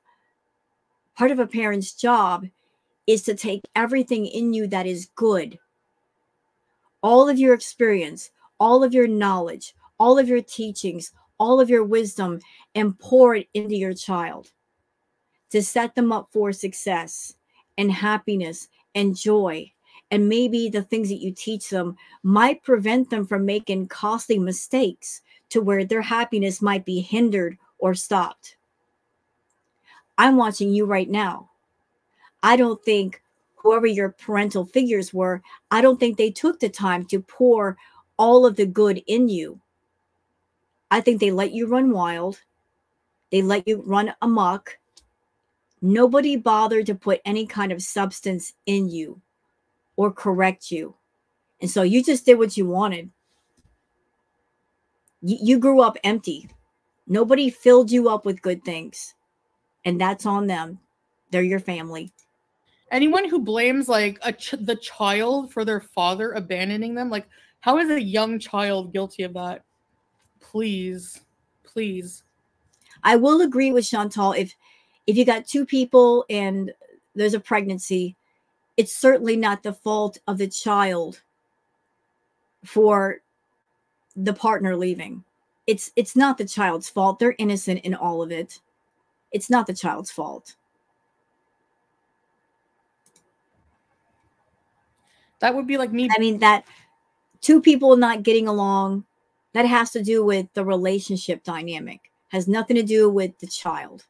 Blaming her mom for passing away. Like, biatch, don't bring that up. Quit it. Stop it. Like the same logic. That's the same logic. She's a disgusting person. She's an evil. That's what I'm saying. Like, the way you look like a monster, an old hag. How do you know what she's talking in circles, y'all? How do you know what she looks like? She doesn't come on camera. How can you criticize the looks of somebody you can't even see? Your age is, and you have to make up a boyfriend. Like, you made up a boyfriend, didn't you? And you paid for you paid for a boyfriend. He's not even your boyfriend. You paid $9,000 for penis you can't even see, girl. Quit it. Is your karma in life. Nobody wants to be around you. You're alone and you're... How do you know this? Are you there? Are you in her house? Do you know what goes on? No. Smoky ass little hole apartment in Montreal. The trashy side of Montreal. Because I know where you live. Sure you do. And you're alone and you have to like be a piece of crap, evil piece of crap every day. Not even... This is projection. All of the vitriol that you're hearing right now, that is she's projecting. She's bitter. That's a good word for Chantal. Bitter. She's bitter. Bitter. She's mad. She's mad because her life sucks. She's really mad about the fact that it's confirmed that her and Salah ain't knocking the boots. We didn't need confirmation. I've known it all along. So did everybody else. She ain't knocking the boots with Salah. She ain't even tapping the slippers with Salah. Impossible. Not happening.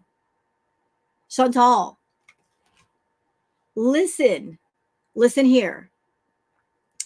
If you and Salah had been knocking the boots, girlfriend, you would have been losing weight. Because knocking the boots, you're burning some calories, girl. Yes, you will. Anybody out there that you have a active, healthy relationship with somebody, then you know that you burn calories like that. Yes, you do. We would have been able to see you're getting toned. And you would have come on camera saying, oh, my arm hurts. These bruises, where did they come from? Like you would have been glowing, aching, but glowing with a smile on your face. In the 2 years you've been in Kuwait, I have yet to see that. If you're doing it right, and I hate to be crude, forgive me, y'all, but if you're doing the deed right, you're tired, you're sweaty, your body hurts, your legs and your arms feel like jello. Whatever room you're in, that room is messed up. The sheets are off the bed is away from the wall. There might be a dent in the wall. Ain't nothing happening with her like that. Nothing. Even on your own, like your legacy, you're like, okay, she gets a lot of views. Her channel never grows because people don't... It doesn't have to grow. If she's doing well, it doesn't have to grow. The number of subscribers don't matter as far as the money you make on a channel, Chantal. You should know this. I don't give a shit about her. They go there just to hate on me. And she's doing well with it. And apparently you made enough people angry and disgusted. They go over there and they just talk. Why are you mad? Why are you yucking on somebody's yum? Because you're not invited to the club? You have no membership? Is that why you're mad? There's no content. There's no substance unless there's vile bullying. That's all it is. It's not bullying. It's giving an opinion. Y'all can see right here. Every time I do a react to Chantal, if I can help it, I include the chat for a reason. Because I like to comment on the things that people say, number one. And number two, to show you guys that, look, do you see any reactor names in that chat? Do you see any reactors going in there and bothering her? No, we don't do that. We leave her alone. She has her chat. Then after she's done, We react to her. So if we're not on her when she gets live, how are we bullying her? We're not in her face. We're just giving our opinions after the stream is over. Riding coattails, exactly. Like, that's just... Girl, you can't even wear a coat. What are you talking about, riding your coattails? What do you mean? Disgusting. At least, like, oh, well, I guess, whatever. At least I make people laugh, you know? Like... People are laughing at you, not with you. You're not funny. You're not a comedian. Whatever. At least I can just be myself. At least I can just be my... You're not being yourself, though. See, that's another lie. You're not being yourself. Will the real Chantal please stand up or jump on the couch? The real Chantal is not the one we're looking at. This is a in disguise version of yourself hiding in Kuwait. The real Chantal is the one that we see when you go back to Canada. Then we see glimpses of the real you because you're more relaxed. You're on your home turf. You have more freedom. I mean, the difference between the two is night and day. You are more yourself when you're back in Canada than you are in Kuwait. This is you hiding yourself, but this is not you. And you can be you without the chemicals. You could do that, but you know your real self, Chantal, and this ain't it.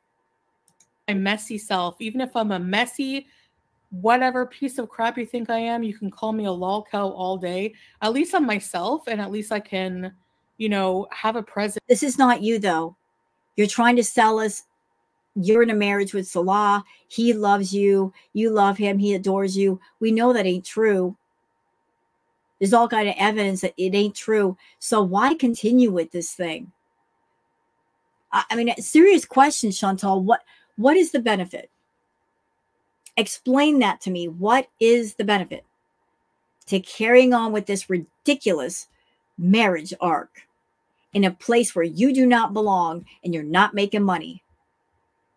See, the old Foodie Beauty, the old Chantal that had a bit more brain cells, the old Foodie who was on top of her game as far as making the money, who was more concerned for her channel and what people were seeing, by now would have said to Salah, I got to go.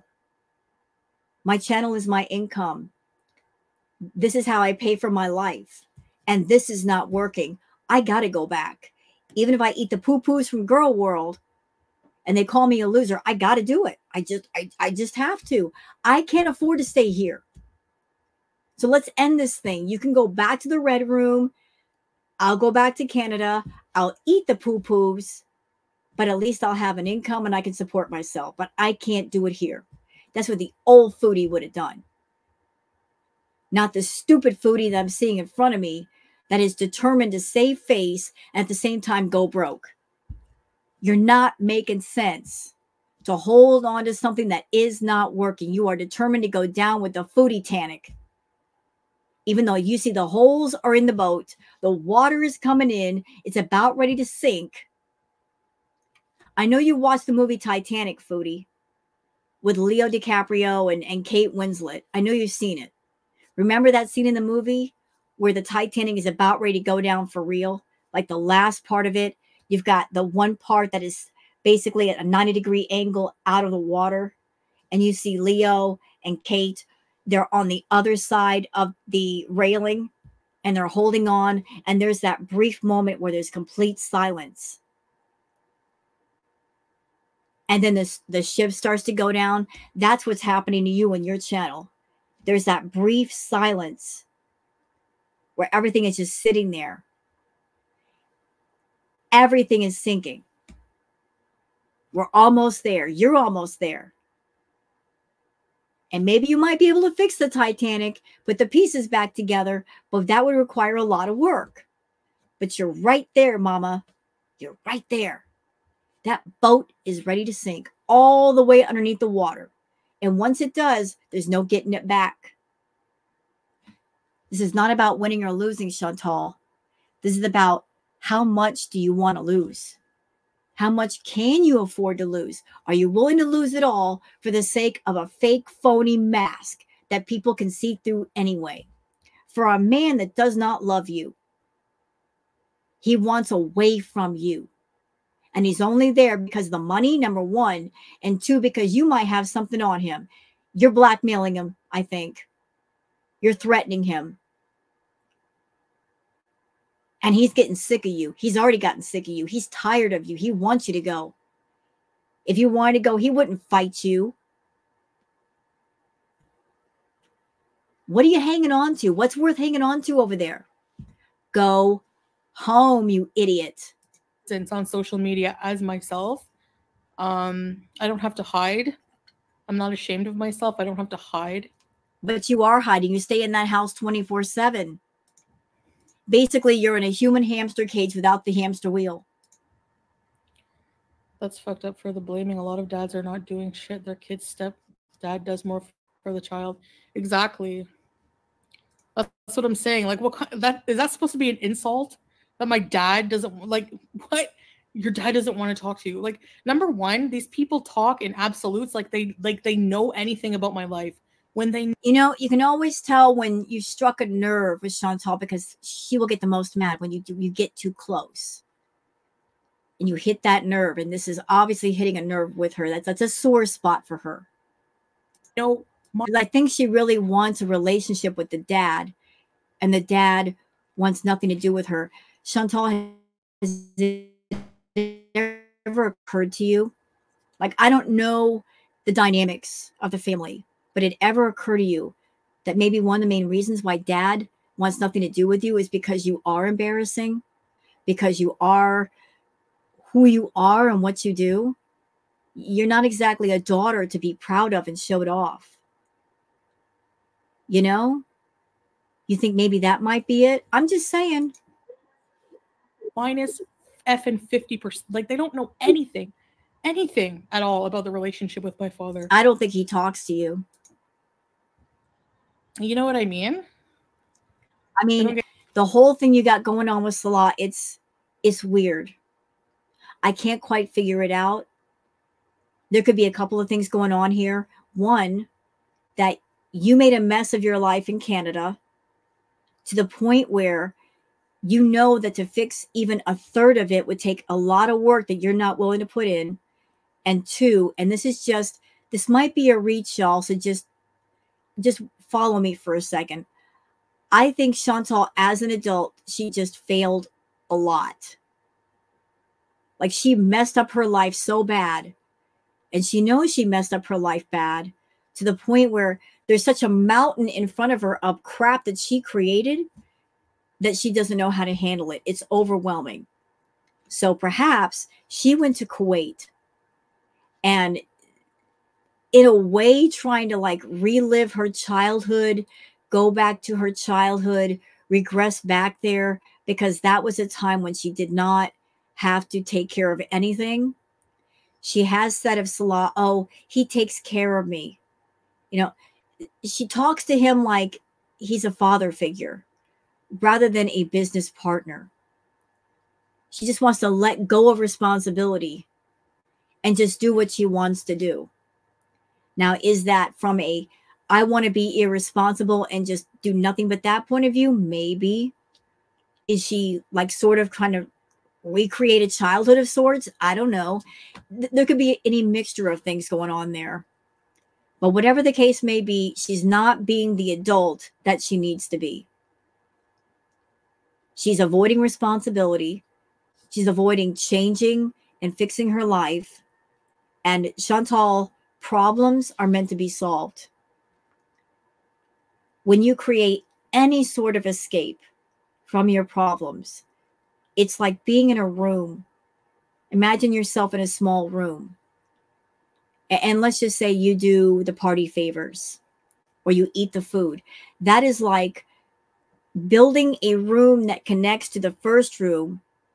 And when you want to escape, you simply walk through a door and you're in the other room, but you're not completely free of the first room. It's just you're walking into another type of space. And then after you're done escaping, you walk right back, but you're never out of it. The problems that you have are like pink elephants that sit in the waiting room, and they're going to sit there. They've been sitting there for years. If you want them to go away, you've got to sit down with them, talk with them, solve them, have dinner with them, talk it out, work it out. Then they might walk out of the room one by one. But you're not willing to do that. You're not willing to face yourself. Get any views unless they put your name on the title. None. 0. Bull crap. I've done stuff on Amber and I get just as many views off of her as you. And I do stuff on YouTube that I have fun with, like doing the tarot card readings, doing the ambiance. It is possible, Chantal, to be on YouTube and do things for fun just because. That's what makes YouTube fun, when you can just do things for the heck of it. Yep. I got a new toilet in my master bathroom and it's sublime. Nice.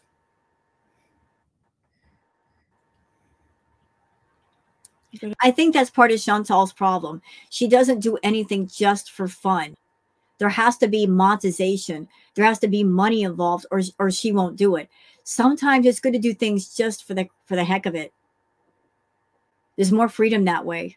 Bit of pride. Yeah, but not too much. It's a sin. I'm jealous you have your own bathroom. Yeah, I'm happy to have 2 bathrooms. We're not swim beezing right now, no. My sciatica is really bad, actually. Oh, shut up. You were jumping on the couch the other day. Don't talk like that. You don't have sciatica. She said her and her man broke up many months ago. She legit lied to everybody and made up an entire man. Like, you would see some evidence of him. If she had a man, she would be bragging about it. Please, you know she would. Not exactly. She's allowed to have a private life and keep it private. You know she would, just to stuff it to me, or to like make, you know, like for sure she would be talking about it. Thanks, Christine. No, Crazy Frog. She is so full of shit. She's so full of crap. She's obsessed with crap. She looks like crap and she's full of it. So we have 2 bathrooms, yeah. Don't just leave you alone already. They're jealous. Clearly, like what? Like they're so obsessed. Like it's ridiculous. If you were her, would you not be like jealous of other people? Like I said, alone in your smoky hut all day. Here we go again. Let's criticize her smoking at the same time she smokes. Doing nothing, no traveling. How do you know what she does? You're not there. You're judging her life without knowing what her life consists of. Just making fun of other people traveling. At least I travel. At least You don't really travel. You go from location to location. You pick a room, you eat your heart out, and then you go back to the original location. That's the extent of your traveling. Show my whole self. I don't care. If I was so embarrassed and like affected by them fat shaming me and talking about my body, like I don't care. Here you go. Here's my toes. There you go. Make fun of them. I don't give a shit. At least I show myself. I could never imagine making fun of somebody who doesn't, like, if I don't show myself. I show myself, but even if there's a reactor that's not showing themselves, that's just how they want to do their streams. We got to be comfortable to react. What's wrong with that? They believe all the lies. Exactly. Exactly. Yep. Yeah. I don't care. I don't care even if... I don't care, but yet I'm going to make an entire stream going off on the reactors because I don't care. I'm like 1,000 pounds. You can, like, I don't give a shit. Like, I still, as fat as I am, look a lot better than them. And no, you don't. You know, and you know what? It's not about looks. Okay, looks are subjective. Beauty is in the eye of the beholder. What might be ugly to one person might be beautiful to another. Reacting is not about looks and attractiveness. It's about just sitting down and giving our opinions. And you don't have to be perfect for that. Looks matter to Chantal, though. You know, she's all about her aesthetics and what she finds attractive. And according to her, everybody's ugly except for her. let's just say you were the most attractive person in the world, Chantal. Let's go there. Let's just say you're the most beautiful woman in the world.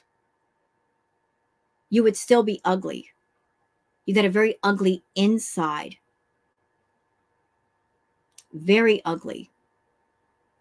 You could eat all the makeup in Sephora and you would still be ugly.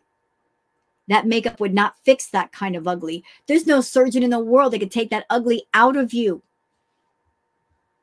You got an ugly soul, ma'am.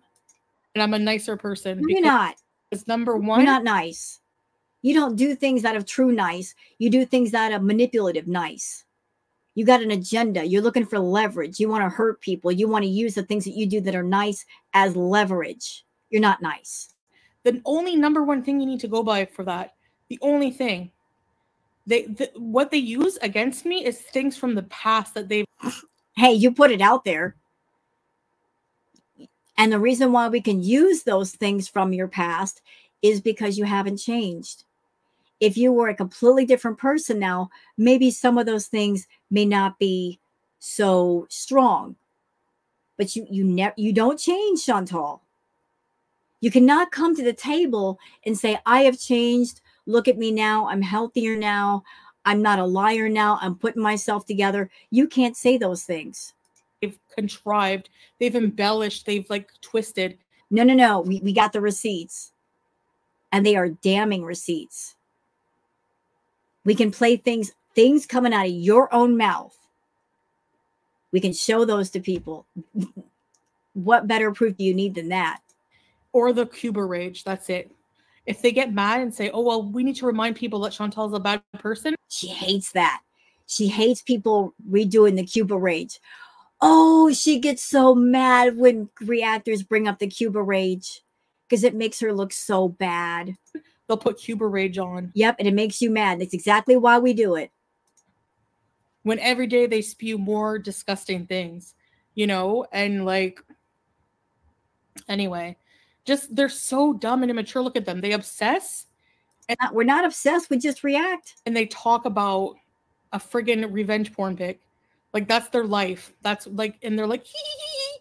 Like, grow up. Like, at least I'm not like that. Says the person who never grows up. I would never do that. Never do that. And the one thing you have to go by comparing me to them is look at my channel, look at hers. Yeah, let's look at your channel. Let's look at it. You know what? I'm glad you said that, Chantal. I'm so glad you said that. Let's look at your channel, Mama. Okay, let's look at it. Let's look at it for a minute. Since you want to bring that up, we're going to look at it. Let's look at it again. I've already shown this before, but I'll show it again. Let's look. Let's really look. Okay, we're going to look. We're going to bring this up. See, this is what I love about Girl World, because when you open your mouth and you say, look at my channel, guess what? We're going to look at it. We're going to look at it. We're looking. I'm looking. Y'all, look. What do you see? Tell me what you see. Look.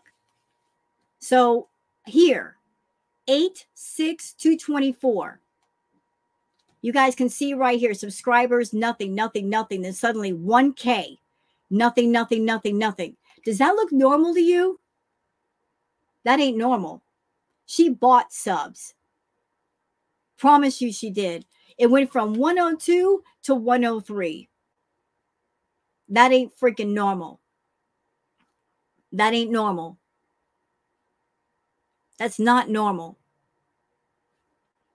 And let's look over here. Let's look over here at the amount of money that her videos are making. Not much. So you mean to tell me, Chantal, that your videos, when you post them, they really don't make much.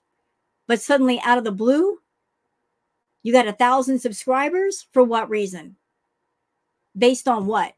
You're not doing anything interesting. It's not like you're back in Canada and you took off the abaya and you took off the hijab and you're full feral, and that's why people jumped in and subscribed to you. The same stuff going on. So how in the world did you get 1,000 subscribers? And last night, You had 16 VIBs in your chat. And I was watching the numbers jump up and down suspiciously, not even slowly. You bought views too. Hey, you wanted us to look at your channel. I'm looking right now. I'm looking. It looks like it's failing, and you're trying to disguise the fact that it's failing. Maybe so Salah doesn't leave. Maybe you're trying to hide the fact that your channel is failing so he doesn't leave. You're trying to give the impression that it's not failing, but he's going to find out sooner or later. Yes, he is. Thousands of videos, disgusting. If you even just look at the thumbnails, like just hate, like vitriol hate. Like, I don't envy you. I could not live that way, hating someone and having to use their content every single. Ma'am, you're disgusting yourself. You're criticizing thumbnails and titles and all of that. At the same time, you yourself have clickbaited people and acted like there was something going on when there wasn't. You even said in one live stream, oh yeah, I just felt like clickbaiting. So you felt like lying to your audience and manipulating your audience to come in and watch you when there was nothing going on. You ain't got nothing to say to the reactors. Single day because I'm not interesting enough to get You're not. views on my own. You're not. You're really not. I would hate my life. You do though. And I'm sure she does. And that's why she's so angry, screaming every night at her camera through a fucking avatar because she's so ashamed of how she looks. Yeah, it's not it. Which let's not get it twisted. She should. But yeah. They talk about every single day. I know, and they clutch their pearls. Yeah. Not exactly. I'm saying everybody talks about me every single day. Not lately.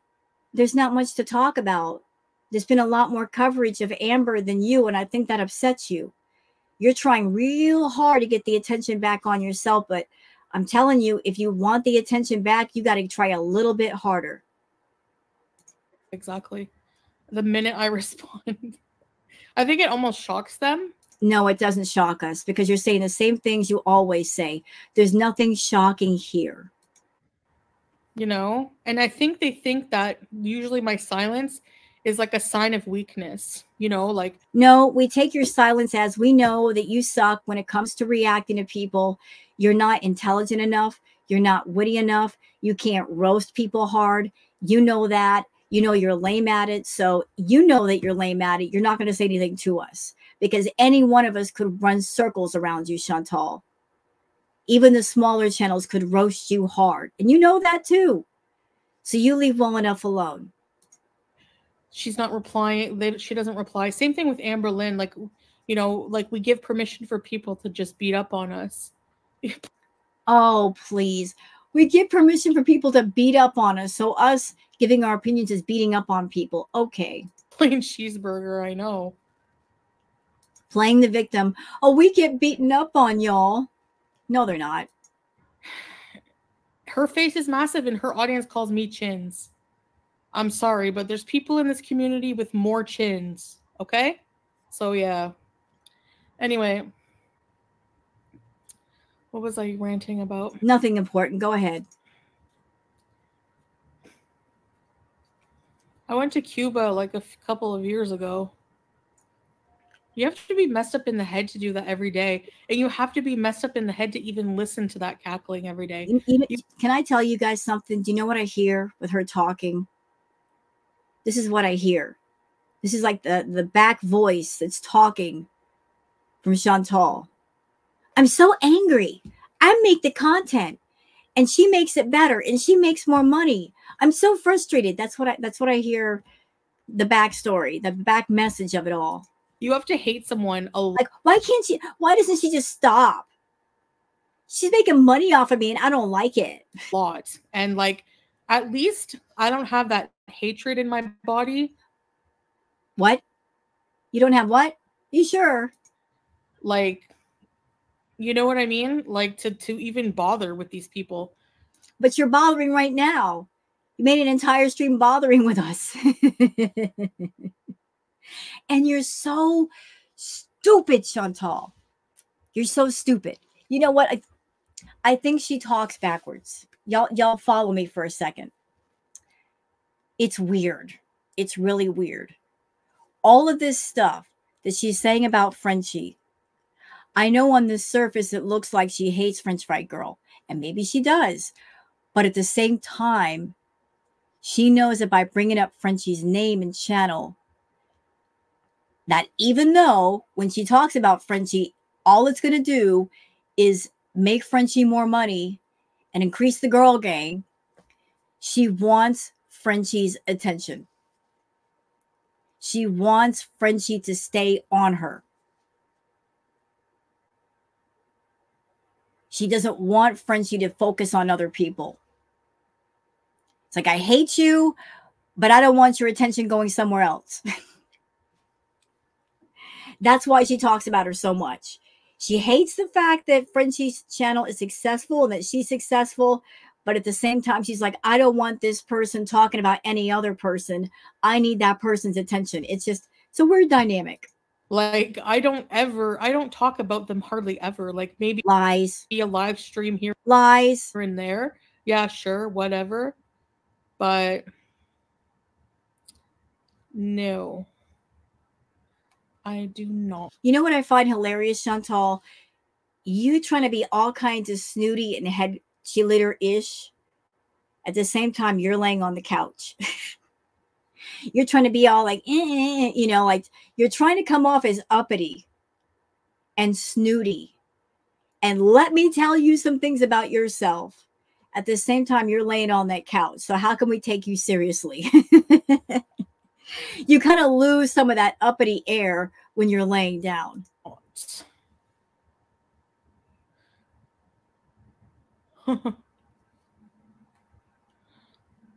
Oh, she says she has 2 passports. Why don't people ask for proof? What does it matter? She has 10 passports. Why is this a topic of conversation? What? If I said that, they'd be like, look how they obsess about my visa. How they obsess about my... So, where are we? We're talking about French Fry Girl's appearance, her supposed weight, her face, whatever boyfriend, and now we're talking about her passports? Obsessive much, Chantal? Like, what are you going to talk about next? The toilet paper that she has in her bathroom? The rug that she has on her floor? I mean, you're silly. My visa. Like, show your 2 passports. What, like, why? Why do you care? Why does anyone even give a shit? Like, I don't, that's what's so weird to me. Like, the obsession is so weird. It's just, it drives me nuts how obsessed people are. I don't get it. Cinderella with a bunch of evil, ugly stepsisters. Thank you, Illegally Blonde. Yeah, true. It's true. You could compare it. Yep. Her audience doesn't get to see her. Why don't they ask to see her? I mean, the girl gang is happy with the way things are. So why fix something that's not broken? Logically, like if I was watching somebody spewing so much bullshit about someone else on a daily basis, I would start to get annoyed and roll my eyes. And shut up, Chantal. You come on camera with your fake, phony, living avatar with all those doggone filters. Be quiet. And be like, okay, but what about you? You don't even show, like, you know, because they don't care about her. They don't care. She provides a... You don't care about your audience. You don't care about your beezers. What are you giving your beezers? You're lazy. You give them nothing. You take everything. You give nothing in return. You don't care about your audience. Platform where anyone can go and be so nasty and miserable. And what is your... There's a lot of people in your audience, Chantal. Like, not everybody, but there are many people in your audience. They have food issues. They promote your food addiction. They encourage it. They want to see you eat. They praise you when you overeat. They see that you're sick and that they want to make it worse. What kind of audience do you have? How much do they care about you if they know you have a food issue and they're over there promoting it and funding it? How effed up are they? What kind of audience do you have, ma'am? And hate on me. I don't provide that, right? So obviously they're not going to come here. They go to her for that reason only. and she thinks it's because her personality. Like, no, like you get more views than you have subscribers. That's a number one ANZIS like hint. Number two, she doesn't even show herself. We're going over this again. She doesn't show herself. She's so mad that Frenchie doesn't show herself. You know, like, and she's not the only one, but Gore World is just like a pile of shit. It's all it is. But yeah. They don't want to see her. Yeah, maybe they're thankful. Maybe they're thankful. Don't speak for the girl gang. You're not part of the girl gang. Don't speak for the girl gang. Don't say what their opinions are, what their feelings are. Just stick to your beezers, okay? Imagine one day she was like, I'm going to cam up. They would probably be like, no, no, no, no, no, no, no. I went to turn on my webcam and my audience said, no, no. You know what, Chantal? I wish you would turn off your cam sometimes. I'm just saying. Oh, no. There's strength in numbers, Script. People know there's a place to rail against someone with very little to no pushback. Yeah. And look at this. Thank you for talking about this, Robin. She said, we're all up in the middle of the night watching you. You've got almost 500 people at 2:40 a.m. So it's almost 3 in the morning. That's 3 o'clock in the morning, and she's up doing this rage stream. Tell me that you are in an unhappy marriage without telling me. Because if I were married to somebody, I'd be in bed with my partner at 3 in the morning. I wouldn't be doing all this. The fact that you're doing this at 3 a.m. tells me that he is not there. He doesn't live there. So keep telling on yourself, Chantal. Keep telling. If you had a happy marriage or a happy relationship with Salah, if the thing were real, you'd be in bed next to him, sleeping like you should. And the almost 500 people in the room, well, you bought views. Because I kept watching that number jump up and down too quickly. It started out at almost 500, then it dipped down to under 3 and then down to 1. Yep. Yep. We're all up in the middle of the night watching you. You've got almost 500 people at 2:40 a.m. Yeah, and it's like, you know, people who come here just to watch me. You know what I mean? It's not like you expect me to do a show on someone else or to use someone else's content. I just turn on the camera. Go for it. Listen, if you're angry at the reactors and you want to get back at us, react to us. Go ahead. That would be interesting. That'd be interesting content. Do it. You won't do it because you know you suck at it. Just like talk about whatever or eat Michelle tit or just bees. She has to literally be a piece of shit. And you don't think that's like building in your karma bank. You're really. And Chantal, you get on YouTube. You're misusing and abusing the platform to fund your addictions and your obsessions. You're crowdfunding and crowdsourcing the things that are wrong with you because on your own, with the level that your food problem is right now, you couldn't do it on your own. If YouTube shut down tomorrow and you had to go out and get a job, you would not be able to buy the amount of food that your food addiction requires to be happy.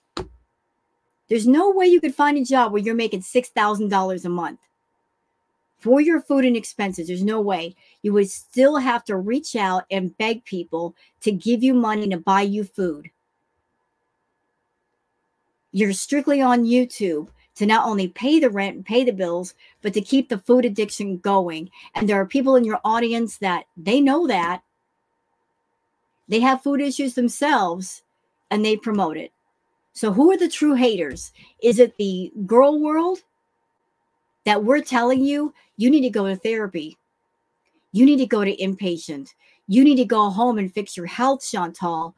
Or is it the people in your audience that are telling you, go get a poutine. Let's go to Dairy Queen. What are you eating tonight? When's your next mukbang? Can you do a dessert mukbang? Who are the true haters here? Who are the ones promoting your bad health and making you sick? Think about it. Anyway, like I said, her karma is that she's just basically a monster at this point. I discovered you from a hate channel. I started watching your videos. I don't understand why they keep bringing your past when you clearly have changed so much. Thank you, Hin Love. Yeah, I have. Like yesterday, I talked about in my live stream, one way I didn't even realize I changed is that I have not had a rotting bag of carrots in my new place here in Kuwait.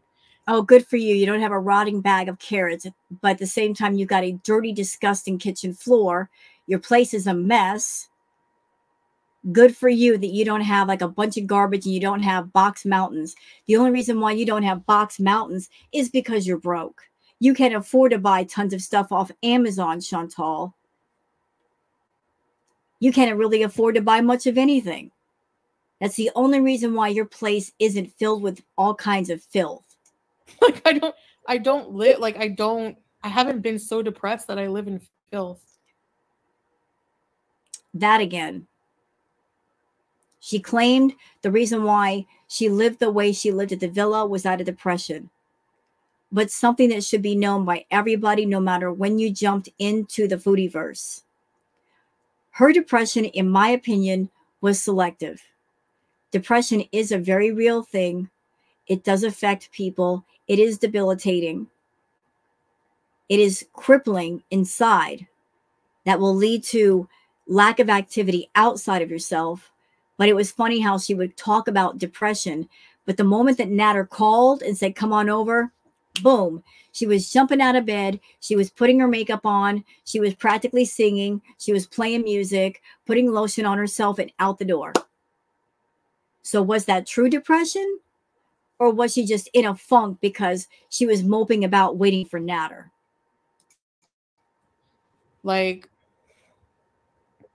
and you guys can, like, people can brush off mental health and mental health shame and be like, that's not an excuse. Yeah, it is. It is an excuse. No. It's not an excuse. It may be a reason, but it's not an excuse.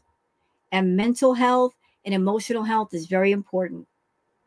You should always take care of your mental health and your emotional health as well as your physical health.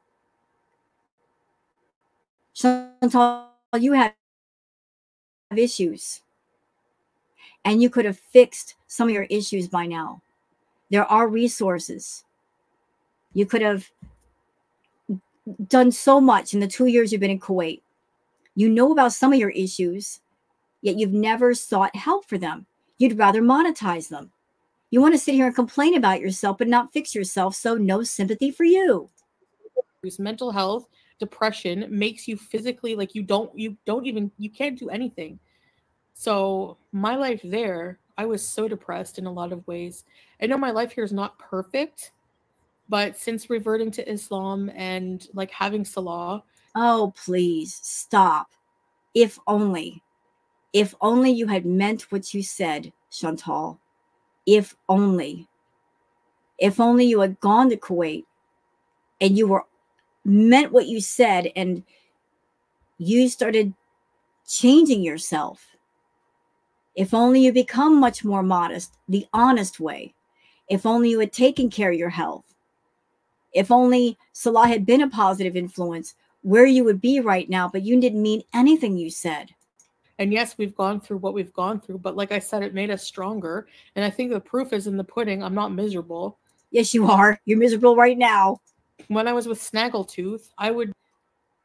Oh, you mean the guy that you wanted to marry so bad? That one?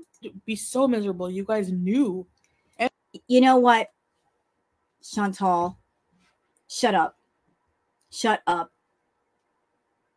I'm so tired of hearing you claiming to be a victim. I'm so tired of it. I'm so tired. I'm exhausted. Tired. You were never a victim in that situation. You can't compare what happened with you and Natter to anybody else who's been through real trauma. You just can't. You made it up. It was never real. You were over there telling stories, but not stories related to actual experiences. Do you understand me? You were just making up stuff for YouTube to make money off of, and you did. You made thousands off of your audience members, people that had been through DV for real. They felt sympathetic. They felt bad for you. They were scared for you. You took a virtual invisible knife and you cut open their scars, digging around inside of them for the money inside. You twat waffle. You disgusting beast. You triggered people. I saw it all. You were triggering people in your chat every night, which led to people talking about their experiences in your comments section and the comments section of the reactor channels, which also led to discussion about things that had happened to different people in the chats. It was everywhere. You were triggering everybody and you didn't give a crap. You're a fake victim. There's no way that a real victim can get online in front of strangers and talk about what happened with them to people they don't know. It's hard talking about it with one person. Yet you were over there every single night talking about it for hours and hours and hours with no visceral reaction. You weren't reliving things in your head. You weren't shaking. You weren't crying. No, you were just telling stories. That's what you were doing. You were making up stuff. Bringing in stats. Oh, it takes 8 out of 10 times for a DV victim to leave their abuser. Yeah, you want to know why? Shall I tell you? Shall I inform you, since obviously you're not fucking informed? Do you want to know why? It's because the people who are the actual victims, more than half the time, they have nowhere to go. They have no money. They have no resources. They have no friends. They have no safe place to go. That wasn't you. That wasn't your story. You had your own place. You had your own money. You had your own job. Natter did not live with you. You could have stopped seeing him at any time. To see him, you had to go over to his house. Each and every time. Even when he moved to Montreal to be with Didi, you made the drive. But he was so abusive, right? Fuck off. Seriously, fuck off with that. Fake victim. Victim for views. Victim for pay. You're not a real victim. You're a predator. You make other people into victims, Chantal. That's the piece of the puzzle you don't want anybody to fucking see. You are a predator. You prey upon people, on men, on anybody that you see has something that you can take away from them. You look for people that you can control and lie to and get something out of. That's who you are. That's what Girl World sees, and that's what we talk about. We don't care about your weight. You want to be 1,000 pounds? Do it. Enjoy. We talk about how deplorable and evil you are. We point it out. We want to point out how evil you are. But you are not a victim. You're a predator, putting on the disguise of being a victim. But you're not a victim. You're not. Nope. Never have been. You are a predator that makes others into victims of your rage, of your manipulation, of your temper tantrums. You hold people hostage with your temper. And you wonder why you end up alone in the end. Angry people always end up alone for a reason. And the reason is, Chantal, that everybody has their tolerance level. And once you hit the ceiling with that and there's nowhere to go, that person in question, they finally wake up and they realize, you know what? I don't have to put up with this individual. It's about self-preservation. I'm going to take care of me. Screw them. When somebody reaches that red line, they walk away. I think Salah's already hit that red line with you. He's just trying to figure out how to get away from you. So if you get mad about being alone, ask yourself why nobody wants to be around you. Maybe it's because they're tired of your false victimhood.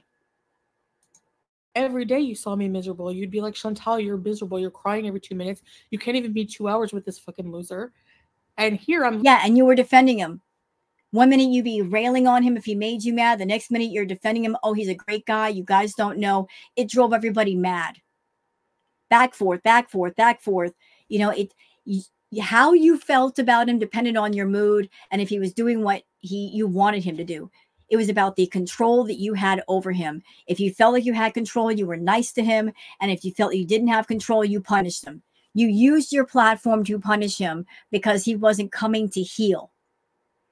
You wanted your foot on his neck and you never got it. And in the end, you didn't get it. So you ran it over to Salah as a get back, as a rebound to get back at him. He don't give a crap. Nader doesn't give a crap about you. Never has. Neither does Salah. You're just a paycheck. Living with Salah. Like, obviously, if I was so miserable, you guys would know because I would become online and cry all the time. So the proof is there. Exactly, Hin Love. If you never reacted to reaction channels, they'd fizzle out. I think you're right, Tobeezer. You know that? What does Yabba even look like? Can you describe her? Okay, so Private Dancer, I'm sorry for ranting, y'all. She just got me fired up. Private Dancer says, Chantal, serious question.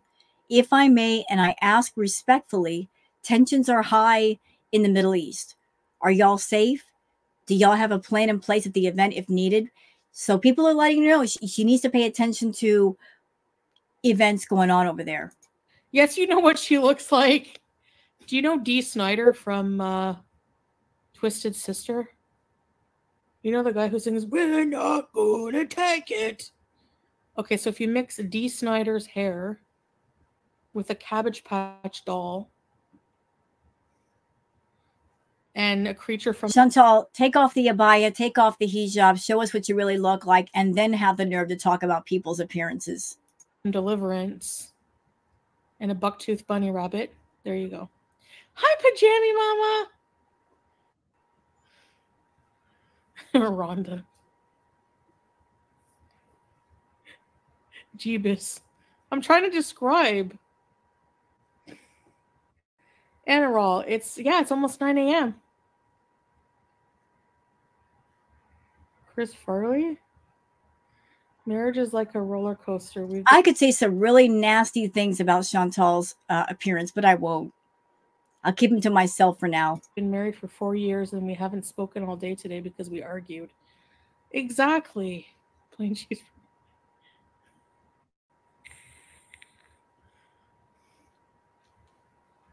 Anyways, I have to try. You're right, Tobeezer. I have to ignore and not lower myself. But she doesn't ignore, and the reason why she doesn't ignore is because she needs content. She needs content.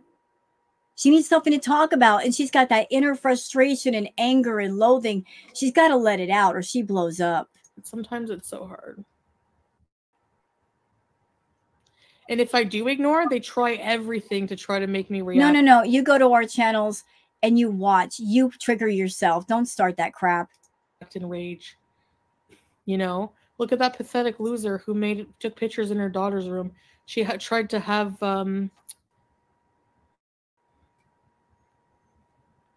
what's her face? Bella, who looks like the Whack-A-Mommy baby from the dinosaurs. What? Come on. She tried to have her, she thought I would watch that panel. Are you stupid? And then she's like, I was trying to make her rage. How about you take your kid to the park and do something positive instead, loser?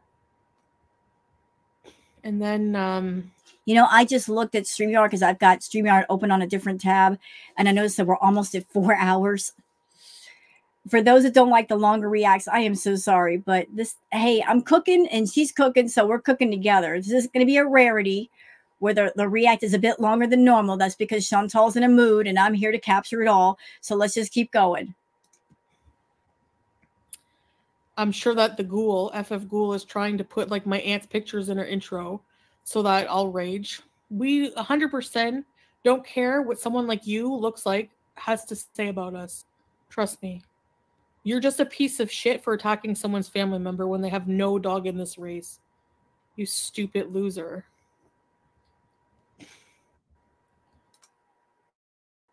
Let's go ahead a little bit. You accuse me of that.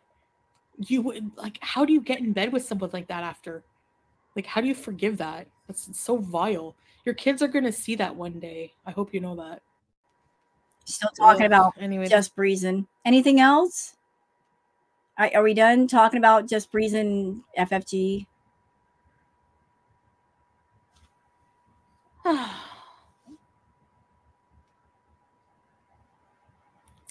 It's not meant to be a roast. It's the truth, boobies.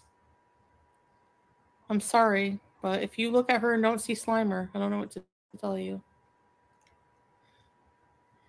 Yeah. And again, Chantal, you can't talk about somebody without those who are wondering will get curious and check her out. You might be increasing the girl gang as we speak. Every time you bring up her name, you're making her channel bigger and you're making her more money. You know, like you hate her, but you're also her biggest fan, I guess. True, babe. No, she just like uses stereotypes. So, what's my plan for today? Yeah, it is hard to live normal, Jerry. Yeah, true. Hi, Carlos. I know, call out my name. I can't listen to that crappy song anymore.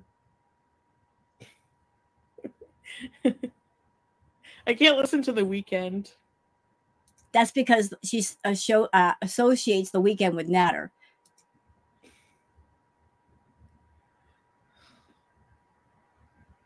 No, I can't, Fufu. I really can't. A step counter? It's weird. Like she can't listen to The Weeknd because of Natter, but yet she can bring him up. Okay. I do have one. Babe, do you know where the charger for my Fitbit is?